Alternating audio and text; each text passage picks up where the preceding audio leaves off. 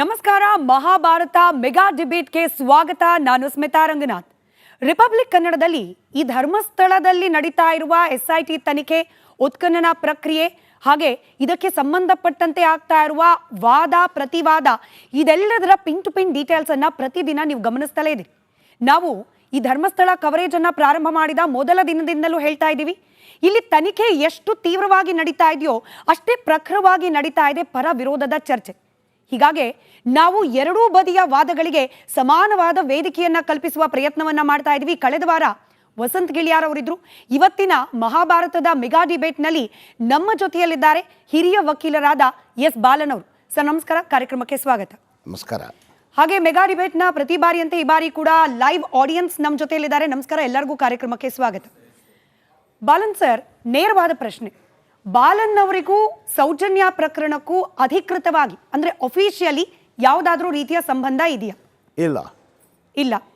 ಹಾಗಾದ್ರೆ ಕಾಳಜಿ ಅನ್ನೋ ಒಂದೇ ಕಾರಣಕ್ಕೆ ನೀವು ಒಂದು ಹೆಣ್ಣು ಮಗಳಿಗೆ ನ್ಯಾಯ ಅನ್ನೋ ಒಂದೇ ಕಾರಣಕ್ಕೆ ಈ ಪ್ರಕರಣದ ಬಗ್ಗೆ ಮಾತನಾಡ್ತಿದ್ದೀರಾ? ಒಂದು ಹೆಣ್ಣು ಮಗಳು, ಭಾರತೀಯ ಹೆಣ್ಣು ಮಗಳು, ಹಿಂದೂ ಹೆಣ್ಣು ಮಗಳು, ಆ ಹೆಣ್ಣು ಮಗಳಿಗೆ ಅನ್ಯಾಯ ಆಗಿದೆ. ಆ FIR ನಾನು ನೋಡಿದ್ದೀನಿ. Crime number 250/2012. ಅದು ಪೋಸ್ಟ್ಮಾರ್ಟಮ್ ರಿಪೋರ್ಟ್ ಕೂಡ ನಾನು ನೋಡಿದ್ದೀನಿ. ರೇಪ್ ಆ್ಯಂಡ್ ಮರ್ಡರ್ ಎಂದು ಪೋಸ್ಟ್ಮಾರ್ಟಮ್ ರಿಪೋರ್ಟ್ ಬಂದಿದೆ. ಅದರಲ್ಲಿ ತನಿಖೆ ಆಗಿದೆ, ಚಾರ್ಜ್ ಶೀಟ್ ಆಯಿತು, CBI ಚಾರ್ಜ್ ಶೀಟ್ ಹಾಕಿದ್ದಾರೆ. ಮೆಡಿಕಲ್ ಸರ್ಟಿಫಿಕೇಟ್ ಆ ಸಂತೋಷ್ ರಾವ್ ಅವನಿಗೆ ಫಿಮೋಸಿಸ್ ಅನ್ನೋ ಒಂದು ಕಾಯಿಲೆ ಇದೆ ಅಂತ ಕೂಡ ಬಂದಿದೆ. ಮತ್ತು ಸೌಜನ್ಯ ತಾಯಿ ಒಂದು ಒಳ ಉಡುಪನ್ನು ತೋರಿಸ್ತಾರೆ ಕೋರ್ಟಲ್ಲಿ. ಇದು ಯಾರ್ದು ಅಂದು ಅವಳು ಹೇಳ್ತಾಳೆ, ಇದು ನನ್ನ ಮಗಳದೇ. ಪೊಲೀಸರು ನನ್ನ ಮನೆಗೆ ಬಂದು ನನ್ನ ಹತ್ರ ತೆಗೆದುಕೊಂಡು ಬಂದಿರೋ ಒಳ ಉಡುಪು ಇದು ಅಂದು ಹೇಳ್ತಾರೆ. ಇದು ಪೊಲೀಸರು ಏನು ತೋರಿಸ್ತಾರೆ ಅಂದರೆ ಅದು ಆ ಸಂತೋಷ್ ರಾವ್ ಮನೆಯಲ್ಲಿ ಸಿಕ್ತು ಅಂದು ಹೇಳ್ತಾರೆ.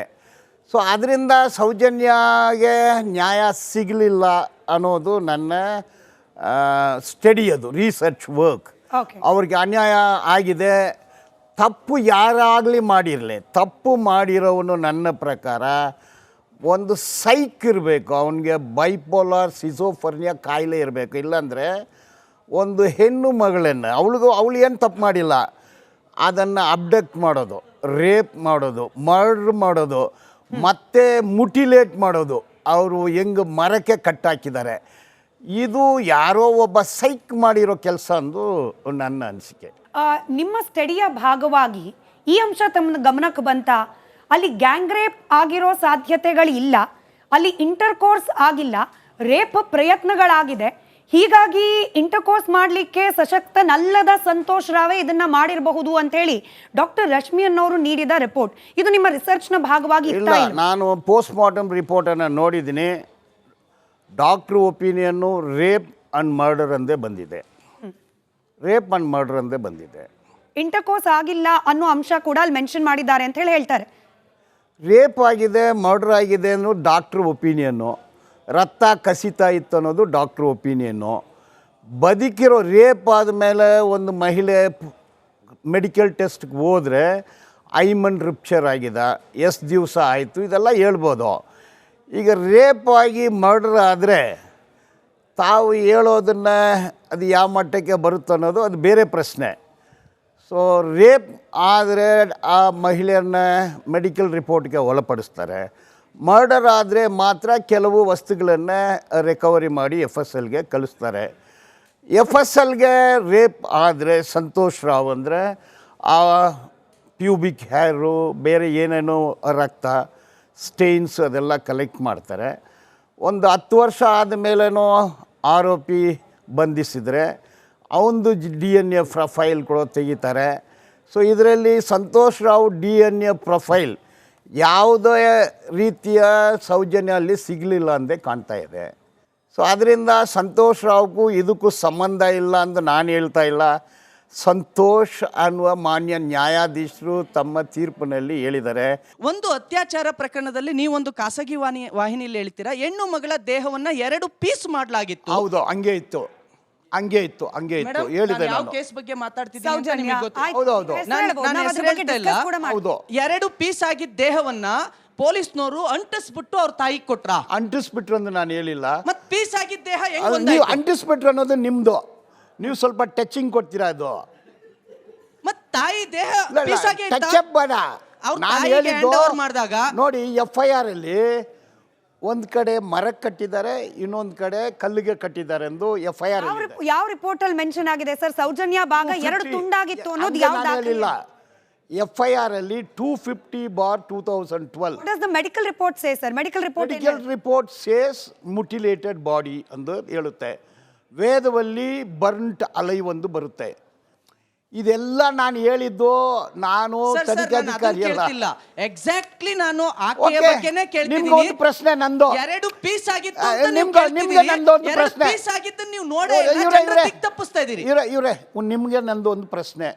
ಅಲ್ಲಿ ಯಾರು ಸತ್ತಿದಾರೋ ಆ ಹೆಣ್ಣು ಮಕ್ಕಳಿಗೆ ನ್ಯಾಯ ಬೇಕಾ ಇಲ್ವಾ ಹೇಳ್ಬಿಡಿ ಸರ್. ನ್ಯಾಯ ಬೇಕು ಸರ್. ಯಾವ ಪ್ರಜಾಪ್ರಭುತ್ವದಲ್ಲಿ ನೀವು ನ್ಯಾಯ ಕೇಳ್ತಾ ಇದ್ದೀರೋ? ವೀರೇಂದ್ರ ಹೆಗ್ಗಡೆ ಅವ್ರ ಮೇಲೆ ಬೆಟ್ ಮಾಡ್ಲಿಕ್ಕೆ ಆರೋಪ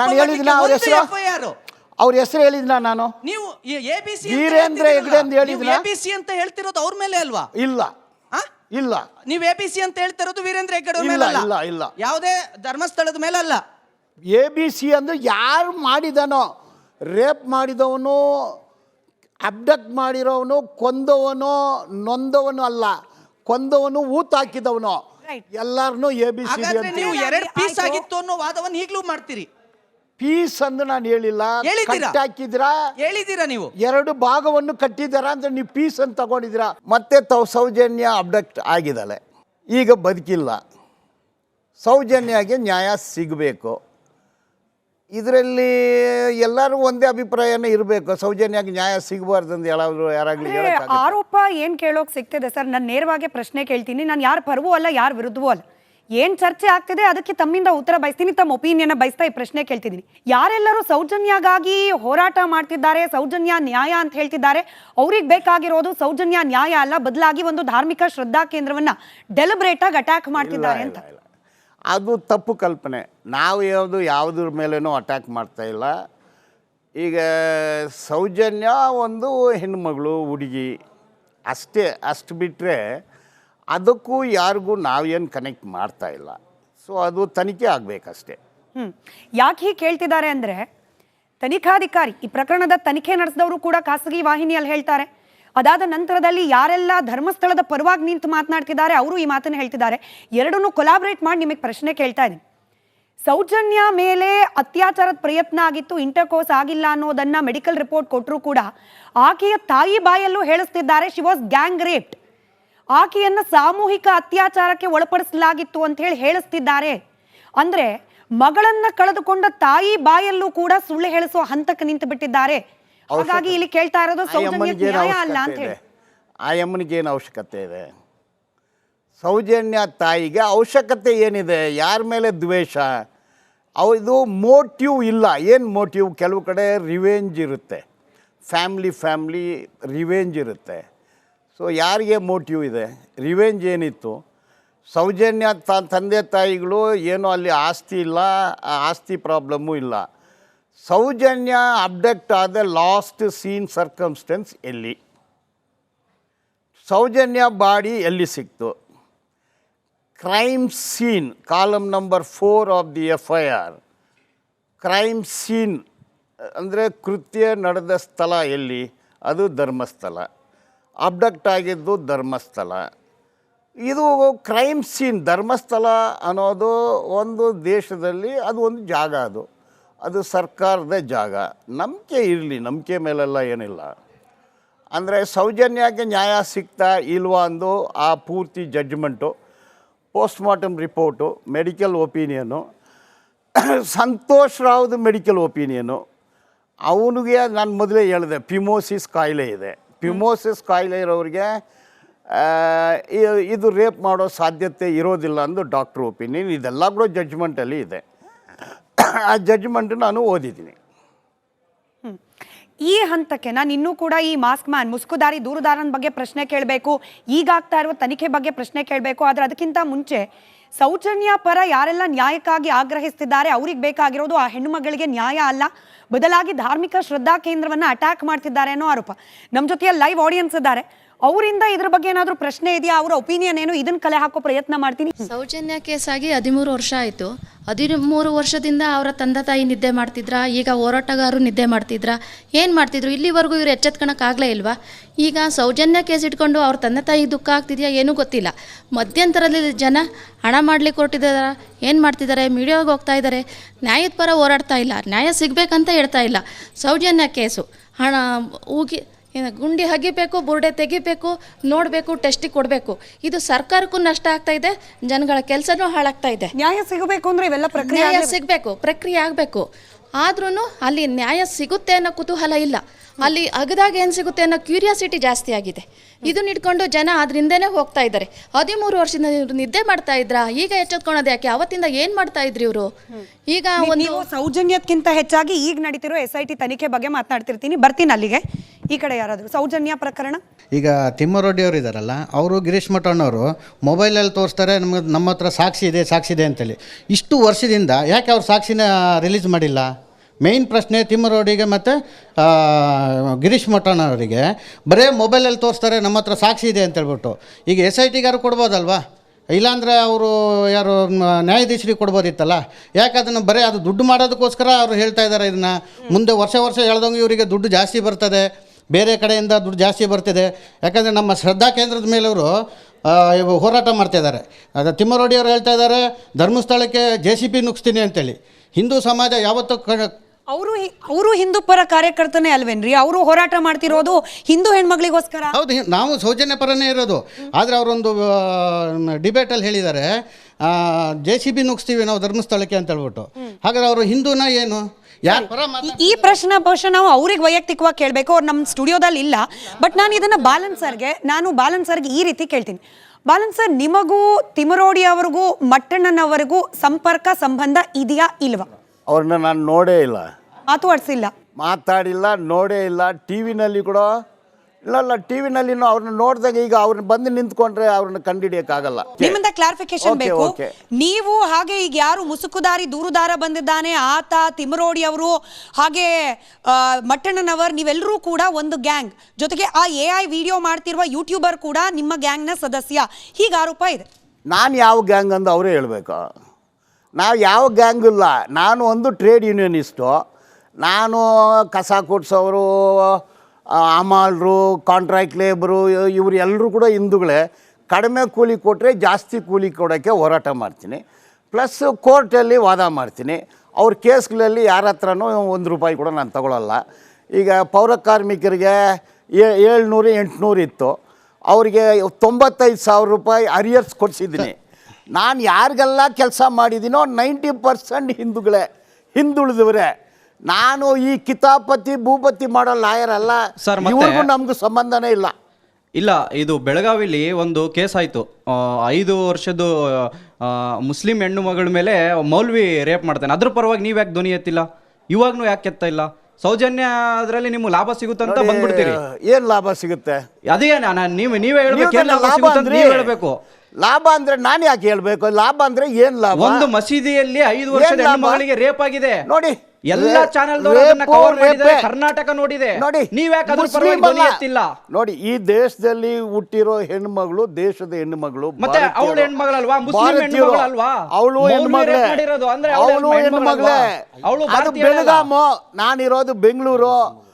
ಎಲ್ಲಾ ಕಡೆನೂ ಯಾವ ಬೆಳ್ತಂಗಡಿ ಧರ್ಮಸ್ಥಳ ಸರ್, ಬೆಂಗಳೂರಲ್ಲಿ. ಹೌದು, ನಾನಿರೋದು Bengaluru.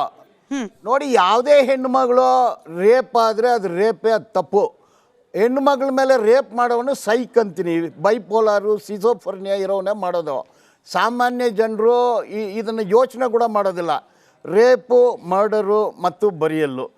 Serial rape, serial killer, ಅವನು ಸೈಕೇ ಇರಬೇಕು. ಅದು ಎನಾ, ಬಿನಾ, ಸಿನಾ, ಡಿನಾ ಅಂತ ನಮಗೇನು ಗೊತ್ತಿಲ್ಲ. ಈಗ ಸೌಜನ್ಯ ಅದು ಹೋರಾಟ ಮಾಡಿದ್ದಾರೆ. 2012ನೇ ಇಸ್ವಿ ವ್ಯವಹಾರ ಅದು. ಸಾವಿರಾರು ಜನ, ನೂರಾರು ಜನ ಮೆರವಣಿಗೆ ಮಾಡಿದ್ದಾರೆ. CID ಹೋಯ್ತು, CBIಗೆ ಹೋಯ್ತು, ಮತ್ತು ಪೆಟಿಷನ್ಗಳಾಯಿತು, ಏನನ್ನೋ ಆಯಿತು. ಅದು ಅಲ್ಲಿಗೆ ನಿಂತಿತ್ತು. ಈಗ ಸೌಜನ್ಯದ ಬಗ್ಗೆ ಅದರ ತನಿಖೆ ಆಗ್ತಾಯಿಲ್ಲ. ಈಗ ರಿಜಿಸ್ಟರ್ ಮಾಡಿರೋದು ಕ್ರೈಮ್ ನಂಬರ್ 39/2025. ಅದು ಮರ್ಡರ್ ಕೇಸು ಅಲ್ಲ, ಸೌಜನ್ಯ ಕೇಸು ಅಲ್ಲ. ಅದು ರೇಪ್ ಕೇಸು ಅಲ್ಲ.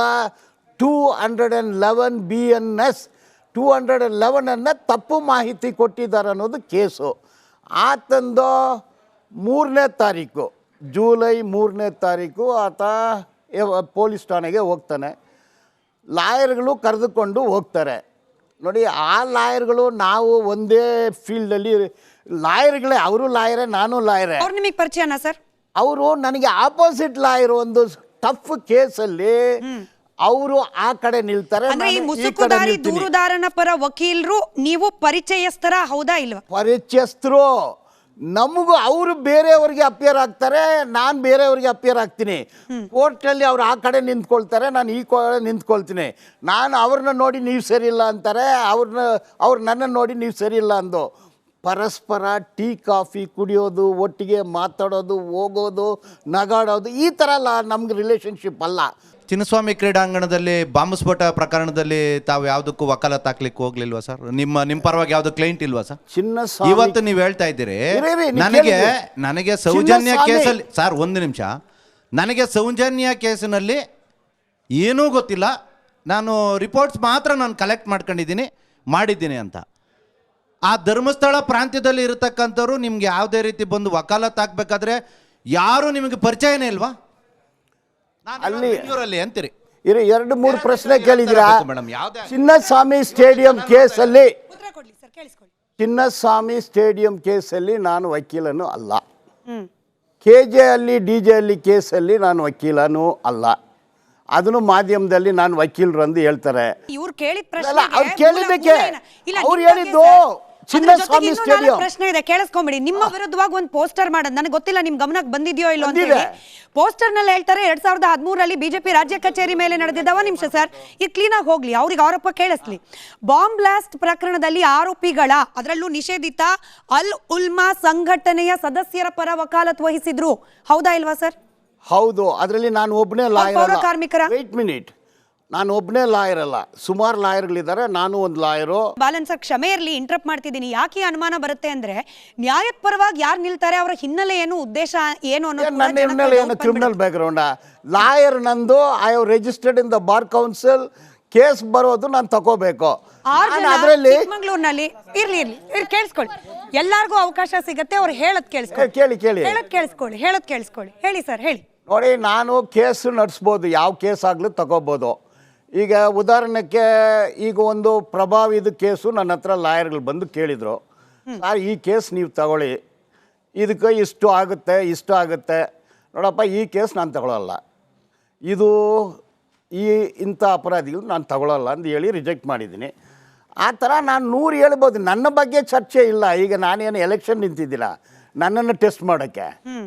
ನಾನು ಕ್ವಿಕ್ಕಾಗಿ ಎಲ್ಲರಿಗಿರೋ ಅನುಮಾನಕ್ಕೆ ಪ್ರಶ್ನೆ ಕೇಳ್ಬಿಡ್ತೀನಿ. ಎಸ್ ಆರ್ ನೋ ಅಲ್ಲಿ ಹೇಳಿ ಸರ್. ನೀವು ಮೊದಲೇ ಹೇಳಿದ್ರಿ ಅಲ್ ಉಮ್ಮಾ ಸಂಘಟನೆ ಪರವಾಗಿ ವಕಾಲತ್ ವಹಿಸಿದ್ ನಿಜ? ಅಲ್ ಉಮ್ಮಾ ಸಂಘಟನೆ ಪರ ವಕಾಲತ್ ವಹಿಸಿಲ್ಲ. ಮಲ್ಲೇಶ್ವರಂ ಬಾಂಬ್ ಬ್ಲಾಸ್ಟ್ ಕೇಸಲ್ಲಿ ಸುಮಾರು ಜನರ ಮೇಲೆ ಕೇಸ್ ಹಾಕಿದ್ದಾರೆ. ಅದರಲ್ಲಿ ಕೆಲವರಿಗೆ ನಾನು ಅಪಿಯರ್ ಆಗ್ತಾ ಇದ್ದೀನಿ. ನಾನು ಅಪಿಯರ್ ಆಗೋರು ಆ ಕೃತ್ಯ ಯಾವತ್ತು ನಡೀತೋ ಆವತ್ತು ಅವರು ಬೆಂಗಳೂರಿಗೆ ಬಂದಿಲ್ಲ. ಈಗ ಚಿಕ್ಕಮಂಗ್ಳೂರಿನಲ್ಲಿ 6 ಜನ ನಕ್ಸಲರು ಶರಣಾಗತಿ ತಂಡದ ಸದಸ್ಯರು ನೀವು ಅಂತ ಹೇಳ್ತಿದ್ದಾರೆ, ಹೌದಾ? ಇಲ್ಲ. ಇದರ ಜೊತೆಗೆ ಕಲ್ಲಡ್ಕ ಪ್ರಭಾಕರ್ ಭಟ್ರ ವಿರುದ್ಧ ಹೈಕೋರ್ಟ್ ಮೆಟ್ಲೇರಿದ ನಜ್ಮಾ ನಜೀರ್ ಅವ್ರ ಪರ ವಕಾಲತ್ ವಹಿಸಿದ್ರಿ, ಹೌದಾ? ಹೌದು. ಭಯೋತ್ಪಾದನಾ ನಿಗ್ರಹಿಸೋಕೆ ಜಾರಿಗೆ ತಂದ UAPA ಕಾಯ್ದೆ, ಇದರ ವಿರುದ್ಧದ ಹೋರಾಟದಲ್ಲಿ ತಾವಿದ್ರಿ, ಹೌದು. ಯಾಕೆ ಅಂತ? UAPA ಅನ್ನೋದು, ಈಗ ನಮ್ಮ ದೇಶ ಇದು ಪ್ರಜಾಪ್ರಭುತ್ವ, ಹೋರಾಟ ಮಾಡಿ ಸ್ವತಂತ್ರ ಬಂದಿದೆ. ಒಬ್ಬನ ಆರೋಪಿ, ಅಪರಾಧಿ, ಇದಕ್ಕೆ ಒಂದು ಪ್ರೋಸೆಸ್ ಇರುತ್ತೆ. ಈ UAPA ಕಾಯ್ದೆ ಅನ್ನೋದು ಮಶಾನಕ್ಕೆ ಹೋದೆ ವಾಪಸ್ ಬರೋದಿಲ್ಲ.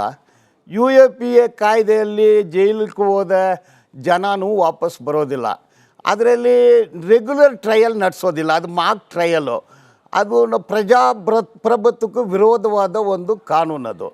ಅದು ಮಾನವ ಹಕ್ಕುಗಳಿಗೂ ವಿರೋಧವಾದ ಕಾನೂನು UAPA. ಅದು ಆ ಕಾಯ್ದೆಯಲ್ಲಿ ಅವ್ರಿಗೆ ಯಾವುದೇ ಹಕ್ಕಿರೋದಿಲ್ಲ. ನೀವು ಟ್ರಯಲ್ ಮಾಡಿ ಜಡ್ಜಿ ಅವ್ರಿಗೆ ಹ್ಯಾಂಗಿಂಗ್ ಕೊಡಲಿ, ಲೈಫ್ ಸೆಂಟೆನ್ಸ್ ಕೊಡಲಿ, ಅದು ಕೋರ್ಟ್ ಮುಖಾಂತರ ನಡಿಬೇಕು.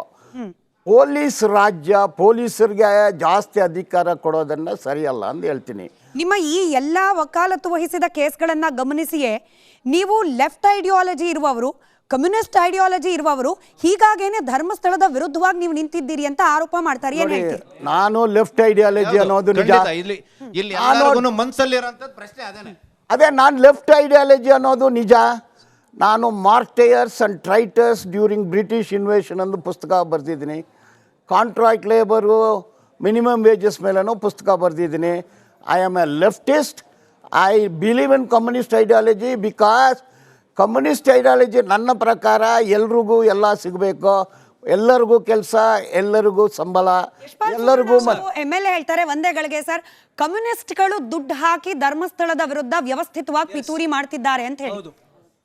ನೋಡಿ, ಕಮ್ಯುನಿಸ್ಟ್ಗಳು ದುಡ್ಡು ಹಾಕಿ ವರ್ಕ್ ಮಾಡ್ತಾರೆ ಅಂದರೆ ಯಾವ ಕಮ್ಯುನಿಸ್ಟು ಯಾರು ಮಾಡ್ತಾ ಇದ್ದಾನೆ? ನಾನು ಮಾಡಿದರೆ ನನ್ನ ಬಗ್ಗೆ ಹೇಳಿ. ಬಾಲನೋ ಅಡ್ವೊಕೇಟು ದುಡ್ಡು ಹಾಕಿದ್ದಾನೆ, ಧರ್ಮಸ್ಥಳಕ್ಕೆ ಹೋಗಿದ್ದಾನೆ, ಧರ್ಮಸ್ಥಳದಲ್ಲಿ ಕಿತಾಪತಿ ಮಾಡಿದ್ದಾನೆ, ಪಿತೂರಿ ಮಾಡಿದ್ದಾನೆ, ಸತ್ತು ಹೇಳಿ, ನನ್ನ ಬಗ್ಗೆ ಇದ್ರೆ ಹೇಳಿ. ಯಾರೋ ಮಾಡಿದ್ದಕ್ಕೆ ನಾನು ಹೆಂಗೆ ಉತ್ತರ ಕೊಡೋಕ್ಕಾಗುತ್ತೆ? ಬಾಲನ್ ಸರ್ಗೆ ನೇರ ಪ್ರಶ್ನೆ ನಾನು, ಹೇಳಿ. ವಕೀಲರಾಗಿ, ನ್ಯಾಯವಾದಿಗಳಾಗಿ ನ್ಯಾಯಾಲಯದಲ್ಲಿ ನ್ಯಾಯವನ್ನು ಪ್ರತಿಪಾದಿಸಬೇಕು, ಸೌಜನ್ಯಗೆ ನ್ಯಾಯ ದೊರಕಿಸಬೇಕು, ಅದನ್ನು ಒಪ್ಕೊಳ್ತೇನೆ. ಆದರೆ ನೀವು ಲೆಫ್ಟ್ ಡೆಮಾಕ್ರೆಟಿಕ್ ಆಗಿ ನೀವು ಬೇರೆ ಬೇರೆ ಕೇಸ್ಗಳಲ್ಲಿ ನಮ್ಮ ಸ್ನೇಹಿತರು ಕೇಳ್ದಂಗೆ ನೀವು ಸ್ಪಂದಿಸ್ತಾ ಇವತ್ತು ಒಂದು ಈ ಧಾರ್ಮಿಕ ಕ್ಷೇತ್ರದ ಮುಖ್ಯಸ್ಥರನ್ನು ತೋರಿಸ್ಕೊಂಡು ಹೋಗುವಂಥ ಎಗೆ ಈಗಾಗಲೇ ಯಾರು ಮಹೇಶ್ ತಿಮ್ರೋಡಿ, ಗಿರೀಶ್ ಮಟ್ಟಣ್ಣನವರು ಅಂತ ಹೇಳ್ಕೊಂಡು ಏನು ಯೂಟ್ಯೂಬ್ಗಳನ್ನು ತೋರಿಸ್ಕೊಂಡು ಇವತ್ತು ಬುರುಡೆ ಬಿಡ್ತಾ ಇದ್ದಾನೋ, ನ್ಯಾಯಾಲಯದಲ್ಲಿ ತೀರ್ಪು ಕೊಟ್ಟಾದರೂ ಕೂಡ ದ್ವಂದ್ವ ನೀತಿಯನ್ನು ನೀವು ಲಾಯರ್ಗಳು, ನ್ಯಾಯವಾದಿಗಳು ಸಮಾಜಕ್ಕೆ ಕೊಡ್ತಾ ಇದ್ದೀರಾ. ಒಂದು ದೇಶವನ್ನು ಕಾಪಾಡಬೇಕಾದಂಥ ಸರ್ಕಾರಗಳು ನೀಚ ಕೃತ್ಯಕ್ಕೆ ಇಳಿದಿದ್ದಾವೆ. ಏನಂತಂದರೆ ಅನೇಕ ಭರವಸೆಗಳನ್ನು ಕೊಟ್ಟು ಇವತ್ತು ಅದು ನಿಭಾಯಿಸ್ತಾ ಇಲ್ಲ. ಒಬ್ಬ ಧಾರ್ಮಿಕ ಕ್ಷೇತ್ರದಲ್ಲಿ ಬರ್ತಕ್ಕಂಥ ದುಡ್ಡನ್ನು ಸಮಾಜದ ಉದ್ಧಾರಕ್ಕೆ, ಧಾರ್ಮಿಕ ಕ್ಷೇತ್ರವನ್ನು ಉದ್ಧಾರ ಮಾಡಲಿಕ್ಕೆ ಬಳಸ್ತಾ ಇರ್ತಕ್ಕಂಥ ವ್ಯಕ್ತಿಯನ್ನು ನೇರ ಆಪಾದನೆ ಮಾಡಿಕೊಂಡು ನೀವೊಂದು ಟೀಮು ಯಾಕೆ ಬರ್ತಾ ಇಲ್ಲ ಅಂತ ನನ್ನ ಸಂಶಯ. ಅಂದ್ರೆ ಚಿಕ್ಕದಾಗಿ ಪ್ರಶ್ನೆ ಅಂದ್ರೆ, ನೀವು ವೀರೇಂದ್ರ ಹೆಗಡೆ ಅವ್ರ ಹೆಸರೇ ಹೇಳ್ತೀನಿ, ವೀರೇಂದ್ರ ಹೆಗಡೆ ಅವರ ವಿರುದ್ಧವಾಗಿ ಪಿತೂರಿ ಮಾಡ್ತಿರುವವರ ಗುಂಪಿನ ಸದಸ್ಯರು ನೀವು ಅಂತ ಹೇಳಿ. ಅದು ಪ್ರೂವ್ ಮಾಡಲಿ ಯಾವ ಗುಂಪಿಗೆ ನಾನು ಸೇರಿರೋನು. ನಿಮ್ಮ ಪ್ರಕಾರ ಸೌಜನ್ಯ ಹತ್ಯೆ, ಸೌಜನ್ಯ ಎಲ್ಲಿನೋ ನೋಡಿ, ವೀರೇಂದ್ರ ಹೆಗ್ಡೆ ಅವ್ರ ಬಗ್ಗೆ ನಾನು ಎಲ್ಲಿ ಮಾತಾಡಿಲ್ಲ. ಮಾತಾಡಿದರೆ ABCD ಅಂತೀನಿ. ಅವ್ರ ಹೆಸರು ಎಲ್ಲಿ ನಾನು ಹೇಳಿಲ್ಲ, ಅವ್ರ ವಿರುದ್ಧ ಎಲ್ಲಿ ದೂರು ಕೊಟ್ಟಿಲ್ಲ. ಅಲ್ಲಲ್ಲ, ವೀರೇಂದ್ರ ಹೆಗಡೆ ಅಥವಾ ಯಾವ ಗುಂಪಿಗೂ ಸೇರಿರೋನಲ್ಲ. ಯಾವ ಗುಂಪಂದು ಹೇಳಿ ಅವರು. ಬಾಲನ್ ಸರ್, ನಿಮ್ಮ ರಿಸರ್ಚ್ ನ ಆಧಾರದ ಮೇಲೆ ಪ್ರಶ್ನೆ ಕೇಳೋದಾದ್ರೆ, ಸೌಜನ್ಯ ಜೊತೆಗೆ ಅಲ್ಲಿ ನೂರಾರು ಹೆಣ್ಮಕ್ಳ ಅತ್ಯಾಚಾರ ಹಾಗೆ ಕೊಲೆ ಆಗಿದೆ ಅನ್ನೋ ಆರೋಪಕ್ಕೂ ಧರ್ಮಸ್ಥಳದ ಧರ್ಮಾಧಿಕಾರಿಗಳು ಅವರ ಕುಟುಂಬಕ್ಕೂ ಸಂಬಂಧ ಇದೆಯಾ ನಿಮ್ಮ ರಿಸರ್ಚ್ ನ ಆಧಾರದ ಮೇಲೆ? ನೋಡಿ, ಈಗ 2 ಕ್ರೈಮ್ ನಂಬರ್ ಬಗ್ಗೆನೇ ಈ ಕೇಸೆಲ್ಲ ಹಾಕಿದ್ದಾರೆ. 2 ಕ್ರೈಮ್ ನಂಬರು, 3ನೇ ಕ್ರೈಮ್ ನಂಬರು 4, 5, 6, 8 ವೇದವಲ್ಲಿ ಇರಲಿ, ಪದ್ಮಲತಾ ಇರಲಿ, ಜಮುನಾ ಇರಲಿ, ಲಕ್ಷ್ಮಿ ಇರಲಿ, ಈ ಎಲ್ಲ FIR missing complaint, B reported, C reported, charge sheeted. ಕೃತ್ಯ ನಡೆದ ಸ್ಥಳ ಧರ್ಮಸ್ಥಳ ಅಂದು ಪೊಲೀಸರೇ ಬರೆದಿದ್ದಾರೆ. ಈಗ ಕಾಣಾಯ ಆಗಿರೋ ಸ್ಥಳ ಧರ್ಮಸ್ಥಳ. ನಾನು ಏನಂದು ಹೇಳಿ, ಪಾಕಿಸ್ತಾನ ಅಂದು ಹೇಳೋಕ್ಕಾಗುತ್ತಾ? ಧರ್ಮಸ್ಥಳ ಅಂದರೆ ಅದು ಹೆಂಗೆ ನೀವು ವೀರೇಂದ್ರ ಹೆಗ್ಡೆ ಅಂತ ತಗೊಳ್ತೀರಾ? ನಾನು ಹೇಳಿದೆ, ಇದನ್ನು ಮಾಡಿರೋನು ಒಂದು ಸೈಕ್ ಅಂದು ಹೇಳಿದೆ. ಅಬ್ಡಕ್ಷನ್, ರೇಪ್, ಮರ್ಡರ್ ಆದ್ರ ಮೇಲೆ ಆಸಿಡ್ ಹಾಕಿದ್ದಾರೆ, ಸುಟ್ಟು ಹಾಕಿದ್ದಾರೆ ಅನ್ನೋದು FIRಗಳಲ್ಲಿದೆ. ಯಾವ ಪ್ರಕರಣದಲ್ಲಿ? ನೋಡಿ, ಇದು ಯಾರು ಈಗ ಭೀಮಾ ಅಂತ ಹೆಸರು ಹೇಳ್ತಾ ಇದ್ದಾರೆ, ಅದರಲ್ಲಿ ಅವನು ಕೊಟ್ಟಿರೋದು ಇದು ಇವತ್ತು ಪೇಪರಲ್ಲಿ ಬಂದಿದೆ. ಇವತ್ತು ಇದು ಇಂಡೂನಲ್ಲಿ ಬಂದಿದೆ. In his statement before the court, complainant reportedly made a mention of one particular instance where he claimed to have buried the body of a girl aged between 12 and 15, who he claimed was raped and murdered. He claimed, sir. Claimed. Not yet proved. Okay, nothing is proved. So proved means after full-fledged trial. ಅದು ನಡೆದೇ ಇಲ್ಲ. ಇದು FIR ಅಲ್ಲಿ ಇರೋ ವಿಷಯ. So Dharmasthala ಗ್ರಾಮ ಅಂತ mention ಮಾಡಿದ್ದಾರೆ ಹೊರತು ಅಲ್ಲೆಲ್ಲೂ ಕೂಡ ಧರ್ಮಸ್ಥಳದ ಪ್ರಭಾವಿಗಳು ಅಂತ ಹೇಳಿ ಎಲ್ಲೂ ಮೆನ್ಷನ್ ಆಗಿಲ್ಲ. ನಾನು ಯಾವತ್ತು ಪ್ರಭಾವಿಗಳು ಅಂತ ಹೇಳಿದೆ? ಸೈಕ್ ಅಂತ ಹಾಗಾದ್ರೆ ಹಿಂಗ್ ಹೇಳ್ತಾ ಹೇಳ್ತಿರೋ ಇದ್ದೀನಿ. ಒಂದ್ ನಿಮಿಷ ಹಂಗೆ ಹೇಳ್ದವ್ರಿಗೆ ಒಂದೇ ಸೆಕೆಂಡ್ ಸರ್ ಬರ್ತೀನಿ. ಹಂಗೆ ಹೇಳ್ದವ್ರಿಗೆ ಸರ್ ಆಯ್ತು, ಅಲ್ಲಿಗೆ ಬರೋಣ. ಪ್ರಭಾವಿಗಳ ಹೆಸರು ಹೇಳ್ತಿರೋರ್ಗೆ ನೀವೇನ್ ಹೇಳ್ತೀರಿ ಸರ್? ಧರ್ಮಸ್ಥಳ ಗ್ರಾಮ ಅಂತ ಮೆನ್ಷನ್ ಆದ ತಕ್ಷಣ ಪ್ರಭಾವಿಗಳನ್ನೋರ್ಗೆ ಏನ್ ಹೇಳ್ತೀರಿ? ನೋಡಿ, ಪ್ರಭಾವಿಗಳು ಯಾರೋ ಗೊತ್ತಿಲ್ಲ, ಅಲ್ಲಿ ರೇಪ್ ಆಗಿದೆ, ಮರ್ಡರ್ ಆಗಿದೆ, ಅಬ್ಡಕ್ಷನ್ ಆಗಿದೆ. ಈಗ ಪ್ರಭಾವಿಗಳಂದರೆ ಅಲ್ಲಿರೋರು ಕೇಸ್ಗಳು ಹಾಕಿದ್ದಾರೆ, ಕೇಸಿಗೆ ಹಾಕಿರೋರು ಪ್ರಭಾವಿಗಳೇ. ಕೇಸ್ ಅದು ಕೋರ್ಟಲ್ಲಿದೆ, ಅವ್ರ ಹೆಸರಿದೆ, 2 ಒರಿಜಿನಲ್ ಸೂಟಲ್ಲಿದೆ, 2023 ಅವರೇ.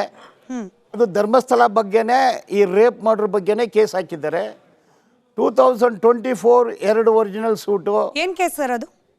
ಗ್ಯಾಗ್ ಆರ್ಡರ್ಸ್ ಕೇಸು. ಅದರಲ್ಲಿ ಹಾಕಿರೋದು ಪ್ರಭಾವಿಗಳೇ.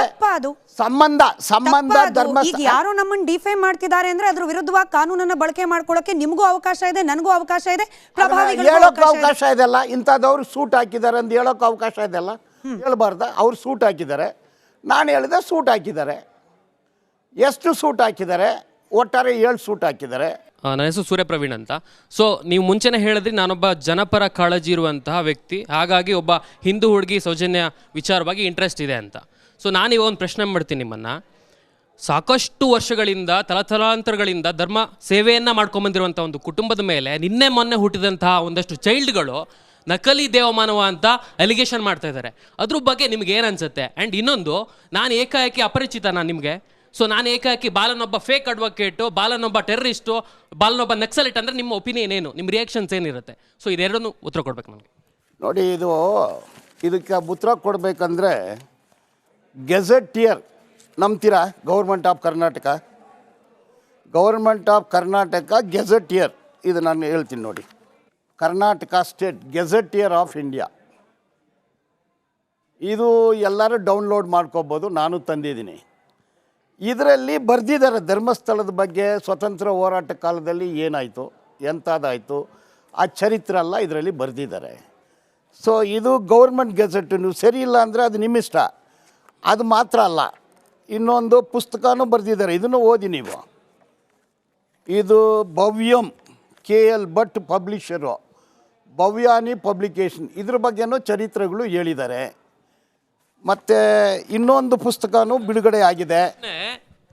ನಿಮ್ಮ ಪ್ರಶ್ನೆಗೆ ಅದೇ ನೀವು ಹೇಳಿದ್ದು. ಅವರು ಸುಮಾರು ವರ್ಷದಿಂದ ಅವರು ಬ್ಯಾಕ್ಗ್ರೌಂಡ್ ಒಂದು 800 ವರ್ಷದ ಬಗ್ಗೆ ಇವರೆಲ್ಲ ಭಾರಿ ಪ್ರಭಾವಿಗಳು. ಬುಕ್ ಬರೆದಿದ್ದು 1893.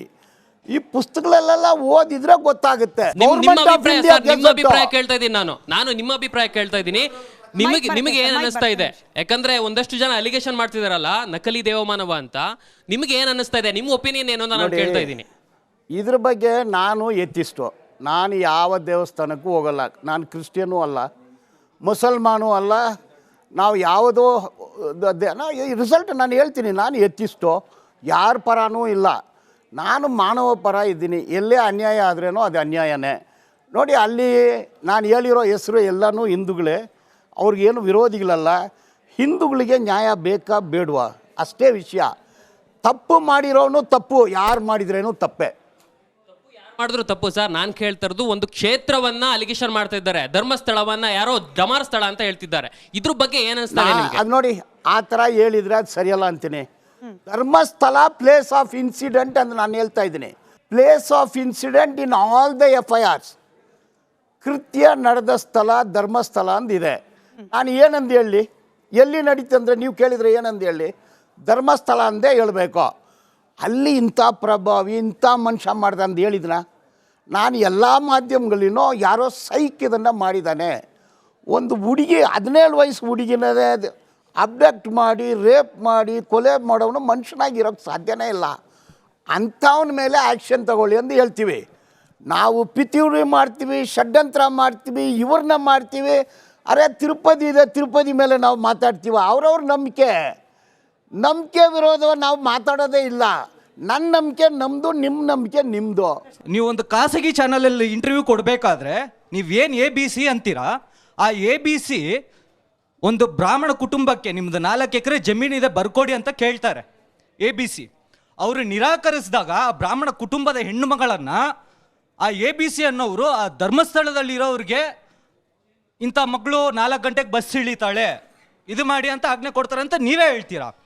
ಆದರೆ ಅಲ್ಲಿ ಆ ಬ್ರಾಹ್ಮಣ ಕುಟುಂಬ ಅಂತ ಏನು ಹೇಳ್ತೀರಾ ನೀವು, ಆ ಬ್ರಾಹ್ಮಣ ಕುಟುಂಬದ ಹೆಣ್ಣು ಮಗಳ ಬದಲು ಸೌಜನ್ಯಾಳನ್ನ ಕಿಡ್ನಾಪ್ ಮಾಡಿದ್ರು ಬೈ ಮಿಸ್ ಆಗಿ ಅಂತ ಹೇಳ್ತೀರಾ. ಬೈ ಮಿಸ್ ಆಗಿ ಸೌಜನ್ಯನ ಕಿಡ್ನಾಪ್ ಮಾಡಿದಾರ ಅಂದ್ರೆ ಅದಕ್ಕಿಂತ ಮುಂಚೆ ಕಿಡ್ನಾಪ್ ಯಾರನ್ನ ಮಾಡ್ಬೇಕಂತ ನಿಮ್ಗೆ ಐಡಿಯಾ ಇತ್ತಾ? ನನಗೆ ಐಡಿಯಾ. ಮತ್ತೆ ಅದು ಹೆಂಗೆ ಹೇಳಿದ್ರಿ ನೀವು? ಅದು ದೂರ ಆಗಿದೆ. ದೂರ ಆಗಿದೆ ಸರ್. ಒಬ್ಬ ಜವಾಬ್ದಾರಿಯುತ ಸ್ಥಾನದಲ್ಲಿ ನಿಂತ್ಕೊಂಡು ಒಂದು ಹೇಳಿಕೆ ಕೊಡಬೇಕಾದ್ರೆ ಒಂದು ಚೂರು ಕೇಳಿಸ್ಕೊಳ್ಳಿ, ಇವಾಗ ಉತ್ತರ ಕೇಳಿಸ್ಕೊಳ್ಳಿ. ದೂರು ಜವಾಬ್ದಾರಿ ಸ್ಥಾನದಲ್ಲಿ ಇರಬೇಕಾದ್ರೆ ಒಂದು ಚೂರು ಹೇಳಿಕೆ ಕೊಡುವಾಗ ಆರ್ಗ್ಯುಮೆಂಟ್ ಮಾಡಬೇಡ.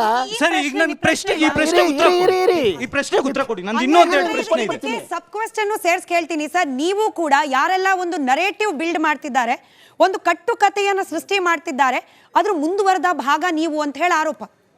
ನೋಡಿ ಮೇಡಮ್, ನಾನು ಹೇಳಿದ್ದು ಬೈ ಮಿಸ್ಟೇಕನ್ ಐಡೆಂಟಿಟಿ ಅನ್ನೋದು 2012ಇಂದ ಬರ್ತಾ ಇದೆ. ಸುಮಾರು ರಿಪೋರ್ಟ್ಗಳು ಇದೆ, ಆ ಥರ ಕಂಪ್ಲೇಂಟು ಆಗಿದೆ, ಸ್ಟೇಟ್ಮೆಂಟು ಆಗಿದೆ. ಅವ್ರನ್ನ ಇಂಪ್ಲೀಡ್ ಮಾಡಬೇಕಂದು 319 ಅಪ್ಲಿಕೇಶನಲ್ಲಿನೂ ಹಾಗೆ ಇದೆ. ಯಾರೋ ಗಾಳಿನಲ್ಲಿ ಮಾತಾಡೋದನ್ನ ಕೇಳ್ಕೊಂಡು ಹೇಳಿಲ್ಲ ನಾನು. ಯಾರೋ ಗಾಳಿಯಲ್ಲಿ ಮಾತಾಡಿದ್ರೆ ನಿಮಗ್ ಕ್ವಶನ್ ಕೇಳ್ತಾ ಇದ್ದೀನಿ, ಬೇರೆಯವ್ರ ಬಗ್ಗೆ ನನಗ್ ಬೇಕಾಗಿಲ್ಲ. ನೀವು ಮಾತಾಡಿರೋದು ನಾನು ನಿಮಗ್ ಕೇಳ್ತಾ ಇದ್ದೀನಿ. ಈಗ ಅಲ್ಲಿ ಹೇಳಿದ್ರಲ್ಲ, ಬಸ್ 4 ಗಂಟೆಗೆ ಸೌಜನ್ಯ ಇಳ್ಕೊಂಡು ಇದು ನಿಮ್ಗೆ ಹೆಂಗ್ ಗೊತ್ತಾಯ್ತು? ಅಲ್ಲಿ ಕಿಡ್ನಾಪ್ ಆಗ್ಬೇಕಾಗಿರೋದು ಸರ್ ನೀವು ಕೊಟ್ಟಿರೋ ಸಂದರ್ಶನನೇ. ಕಂಪ್ಲೇಂಟ್ ಕೊಟ್ಟಿದ್ದಾರೆ, ಮಿಸ್ಟೇಕನ್ ಐಡೆಂಟಿಟಿ ಎಂದು ರೆಕಾರ್ಡ್ಸ್ ಇದೆ. ಹೈಕೋರ್ಟಲ್ಲಿ ರಿಟ್ ಪೆಟಿಷನ್ ಹಾಕ್ತಾರೆ, ಜೈನ್ ಅನ್ನೋರನ್ನ ಇಂಪ್ಲೀಡ್ ಮಾಡಬೇಕು ಅಂದು ಅದರಲ್ಲಿ ಇದೆ. ಕೋರ್ಟಲ್ಲಿ ಈ ಕೇಸ್ ಇದ್ದಾಗ ಅಲ್ಲಿ ಒಂದು ಸ್ಪೆಷಲ್ ಪಬ್ಲಿಕ್ ಪ್ರಾಸಿಕ್ಯೂಟರ್ CBI ಅವ್ರ ಮುಖಾಂತರ ಇಂಪ್ಲೀಡ್ ಆಗಬೇಕಂದು ಒಂದು ಅಪ್ಲಿಕೇಶನ್ ಹಾಕ್ತಾರೆ. ಅವ್ರಿಗೆ ಥ್ರೆಟ್ ಆಗುತ್ತೆ, ಅವರು ಒಂದು FIR ಹಾಕ್ತಾರೆ, ನನಗೆ ಥ್ರೆಟ್ ಬರ್ತಾ ಇದೆ ಅಂದು. ಥ್ರೆಟ್ ಕೊಟ್ಟಿದ್ಯಾರು? ಅದು FIR ಇದೆ ನನ್ನ ಹತ್ರ, ಆ FIR ಇದೆ. ಥ್ರೆಟ್ ಕೊಟ್ಟಿದ್ದಾರೆ ಎಂದು FIR ಹಾಕ್ತಾರೆ. ಯಾರು? ಸೌಜನ್ಯ ಕೇಸಲ್ಲಿ ಪಬ್ಲಿಕ್ ಪ್ರಾಸಿಕ್ಯೂಟರ್ CBI ಅವ್ರಿಗೆ ಥ್ರೆಟ್ ಆಗಿದೆ, ತನಿಖೆ ಆಗಿ ಈಗ ಚಾರ್ಜ್ ಶೀಟು ಹಾಕಿದ್ದಾರೆ. ಹೌದೌದು, FIR ಆಗಿದ್ದಾರೆ, ಚಾರ್ಜ್ ಶೀಟು ಆಗಿದೆ. CBI ಪರ ವಕೀಲರು, CBI ವಕೀಲರು ಪರ ಅಲ್ಲ, CBI ವಕೀಲರಿಗೆ ಥ್ರೆಟ್ ಆಗಿದೆ. ಇದು ಎಲ್ಲ ಕೂಡ ಕೋರ್ಟ್ ರೆಕಾರ್ಡ್ಗಳಲ್ಲಿ ಇದೆ. ಮಿಸ್ಟೇಕನ್ ಐಡೆಂಟಿಟಿ, ನಾನು ದೂರದಾರನ, ಇಟ್ ಈಸ್ ಆನ್ ರೆಕಾರ್ಡ್. ಆವತ್ತು ಟಾರ್ಗೆಟ್ ಸೌಜನ್ಯ ರೆಕಾರ್ಡ್. ಒಂದು ಸಿಸ್ಟಮ್ ತಪ್ಪು ಮಾಡಿದ್ರೆ ಒಂದು ಧಾರ್ಮಿಕ ಕ್ಷೇತ್ರನ ಏನಕ್ಕೆ ಟಾರ್ಗೆಟ್ ಮಾಡಬೇಕು? ಅದು ನೀವು ಅವ್ರನ್ನೇ ಕೇಳಬೇಕು, ನಾನು ಟಾರ್ಗೆಟ್ ನಿಮ್ಮನ್ನ ಕೇಳ್ತೀವಿ ಸರ್. ನೀವು ಹೇಳ್ತಾ ಇದ್ದೀರಲ್ಲ, ಕೇಳ್ತಾ ಇರೋದು ನೀವು ಅದ್ರ ಬಗ್ಗೆ ಸ್ಟ್ಯಾಂಡ್ ತಗೋತಾ ಇದ್ದೀರಲ್ಲ. ಸೌಜನ್ಯನ 2 ಪೀಸ್ ಮಾಡಿ ಒಂದು ಮರ ಕಟ್ಟಾಕ್ತಾರೆ, ಇನ್ನೊಂದು ಕಲ್ಲು ಕಟ್ಟಾಕ್ತಾರೆ ಅಂತೀರಲ್ಲ ಸರ್, ಅದು ಯಾವ ಬಾಯಿಂದ ಹೇಳ್ತೀರಾ ನೀವು?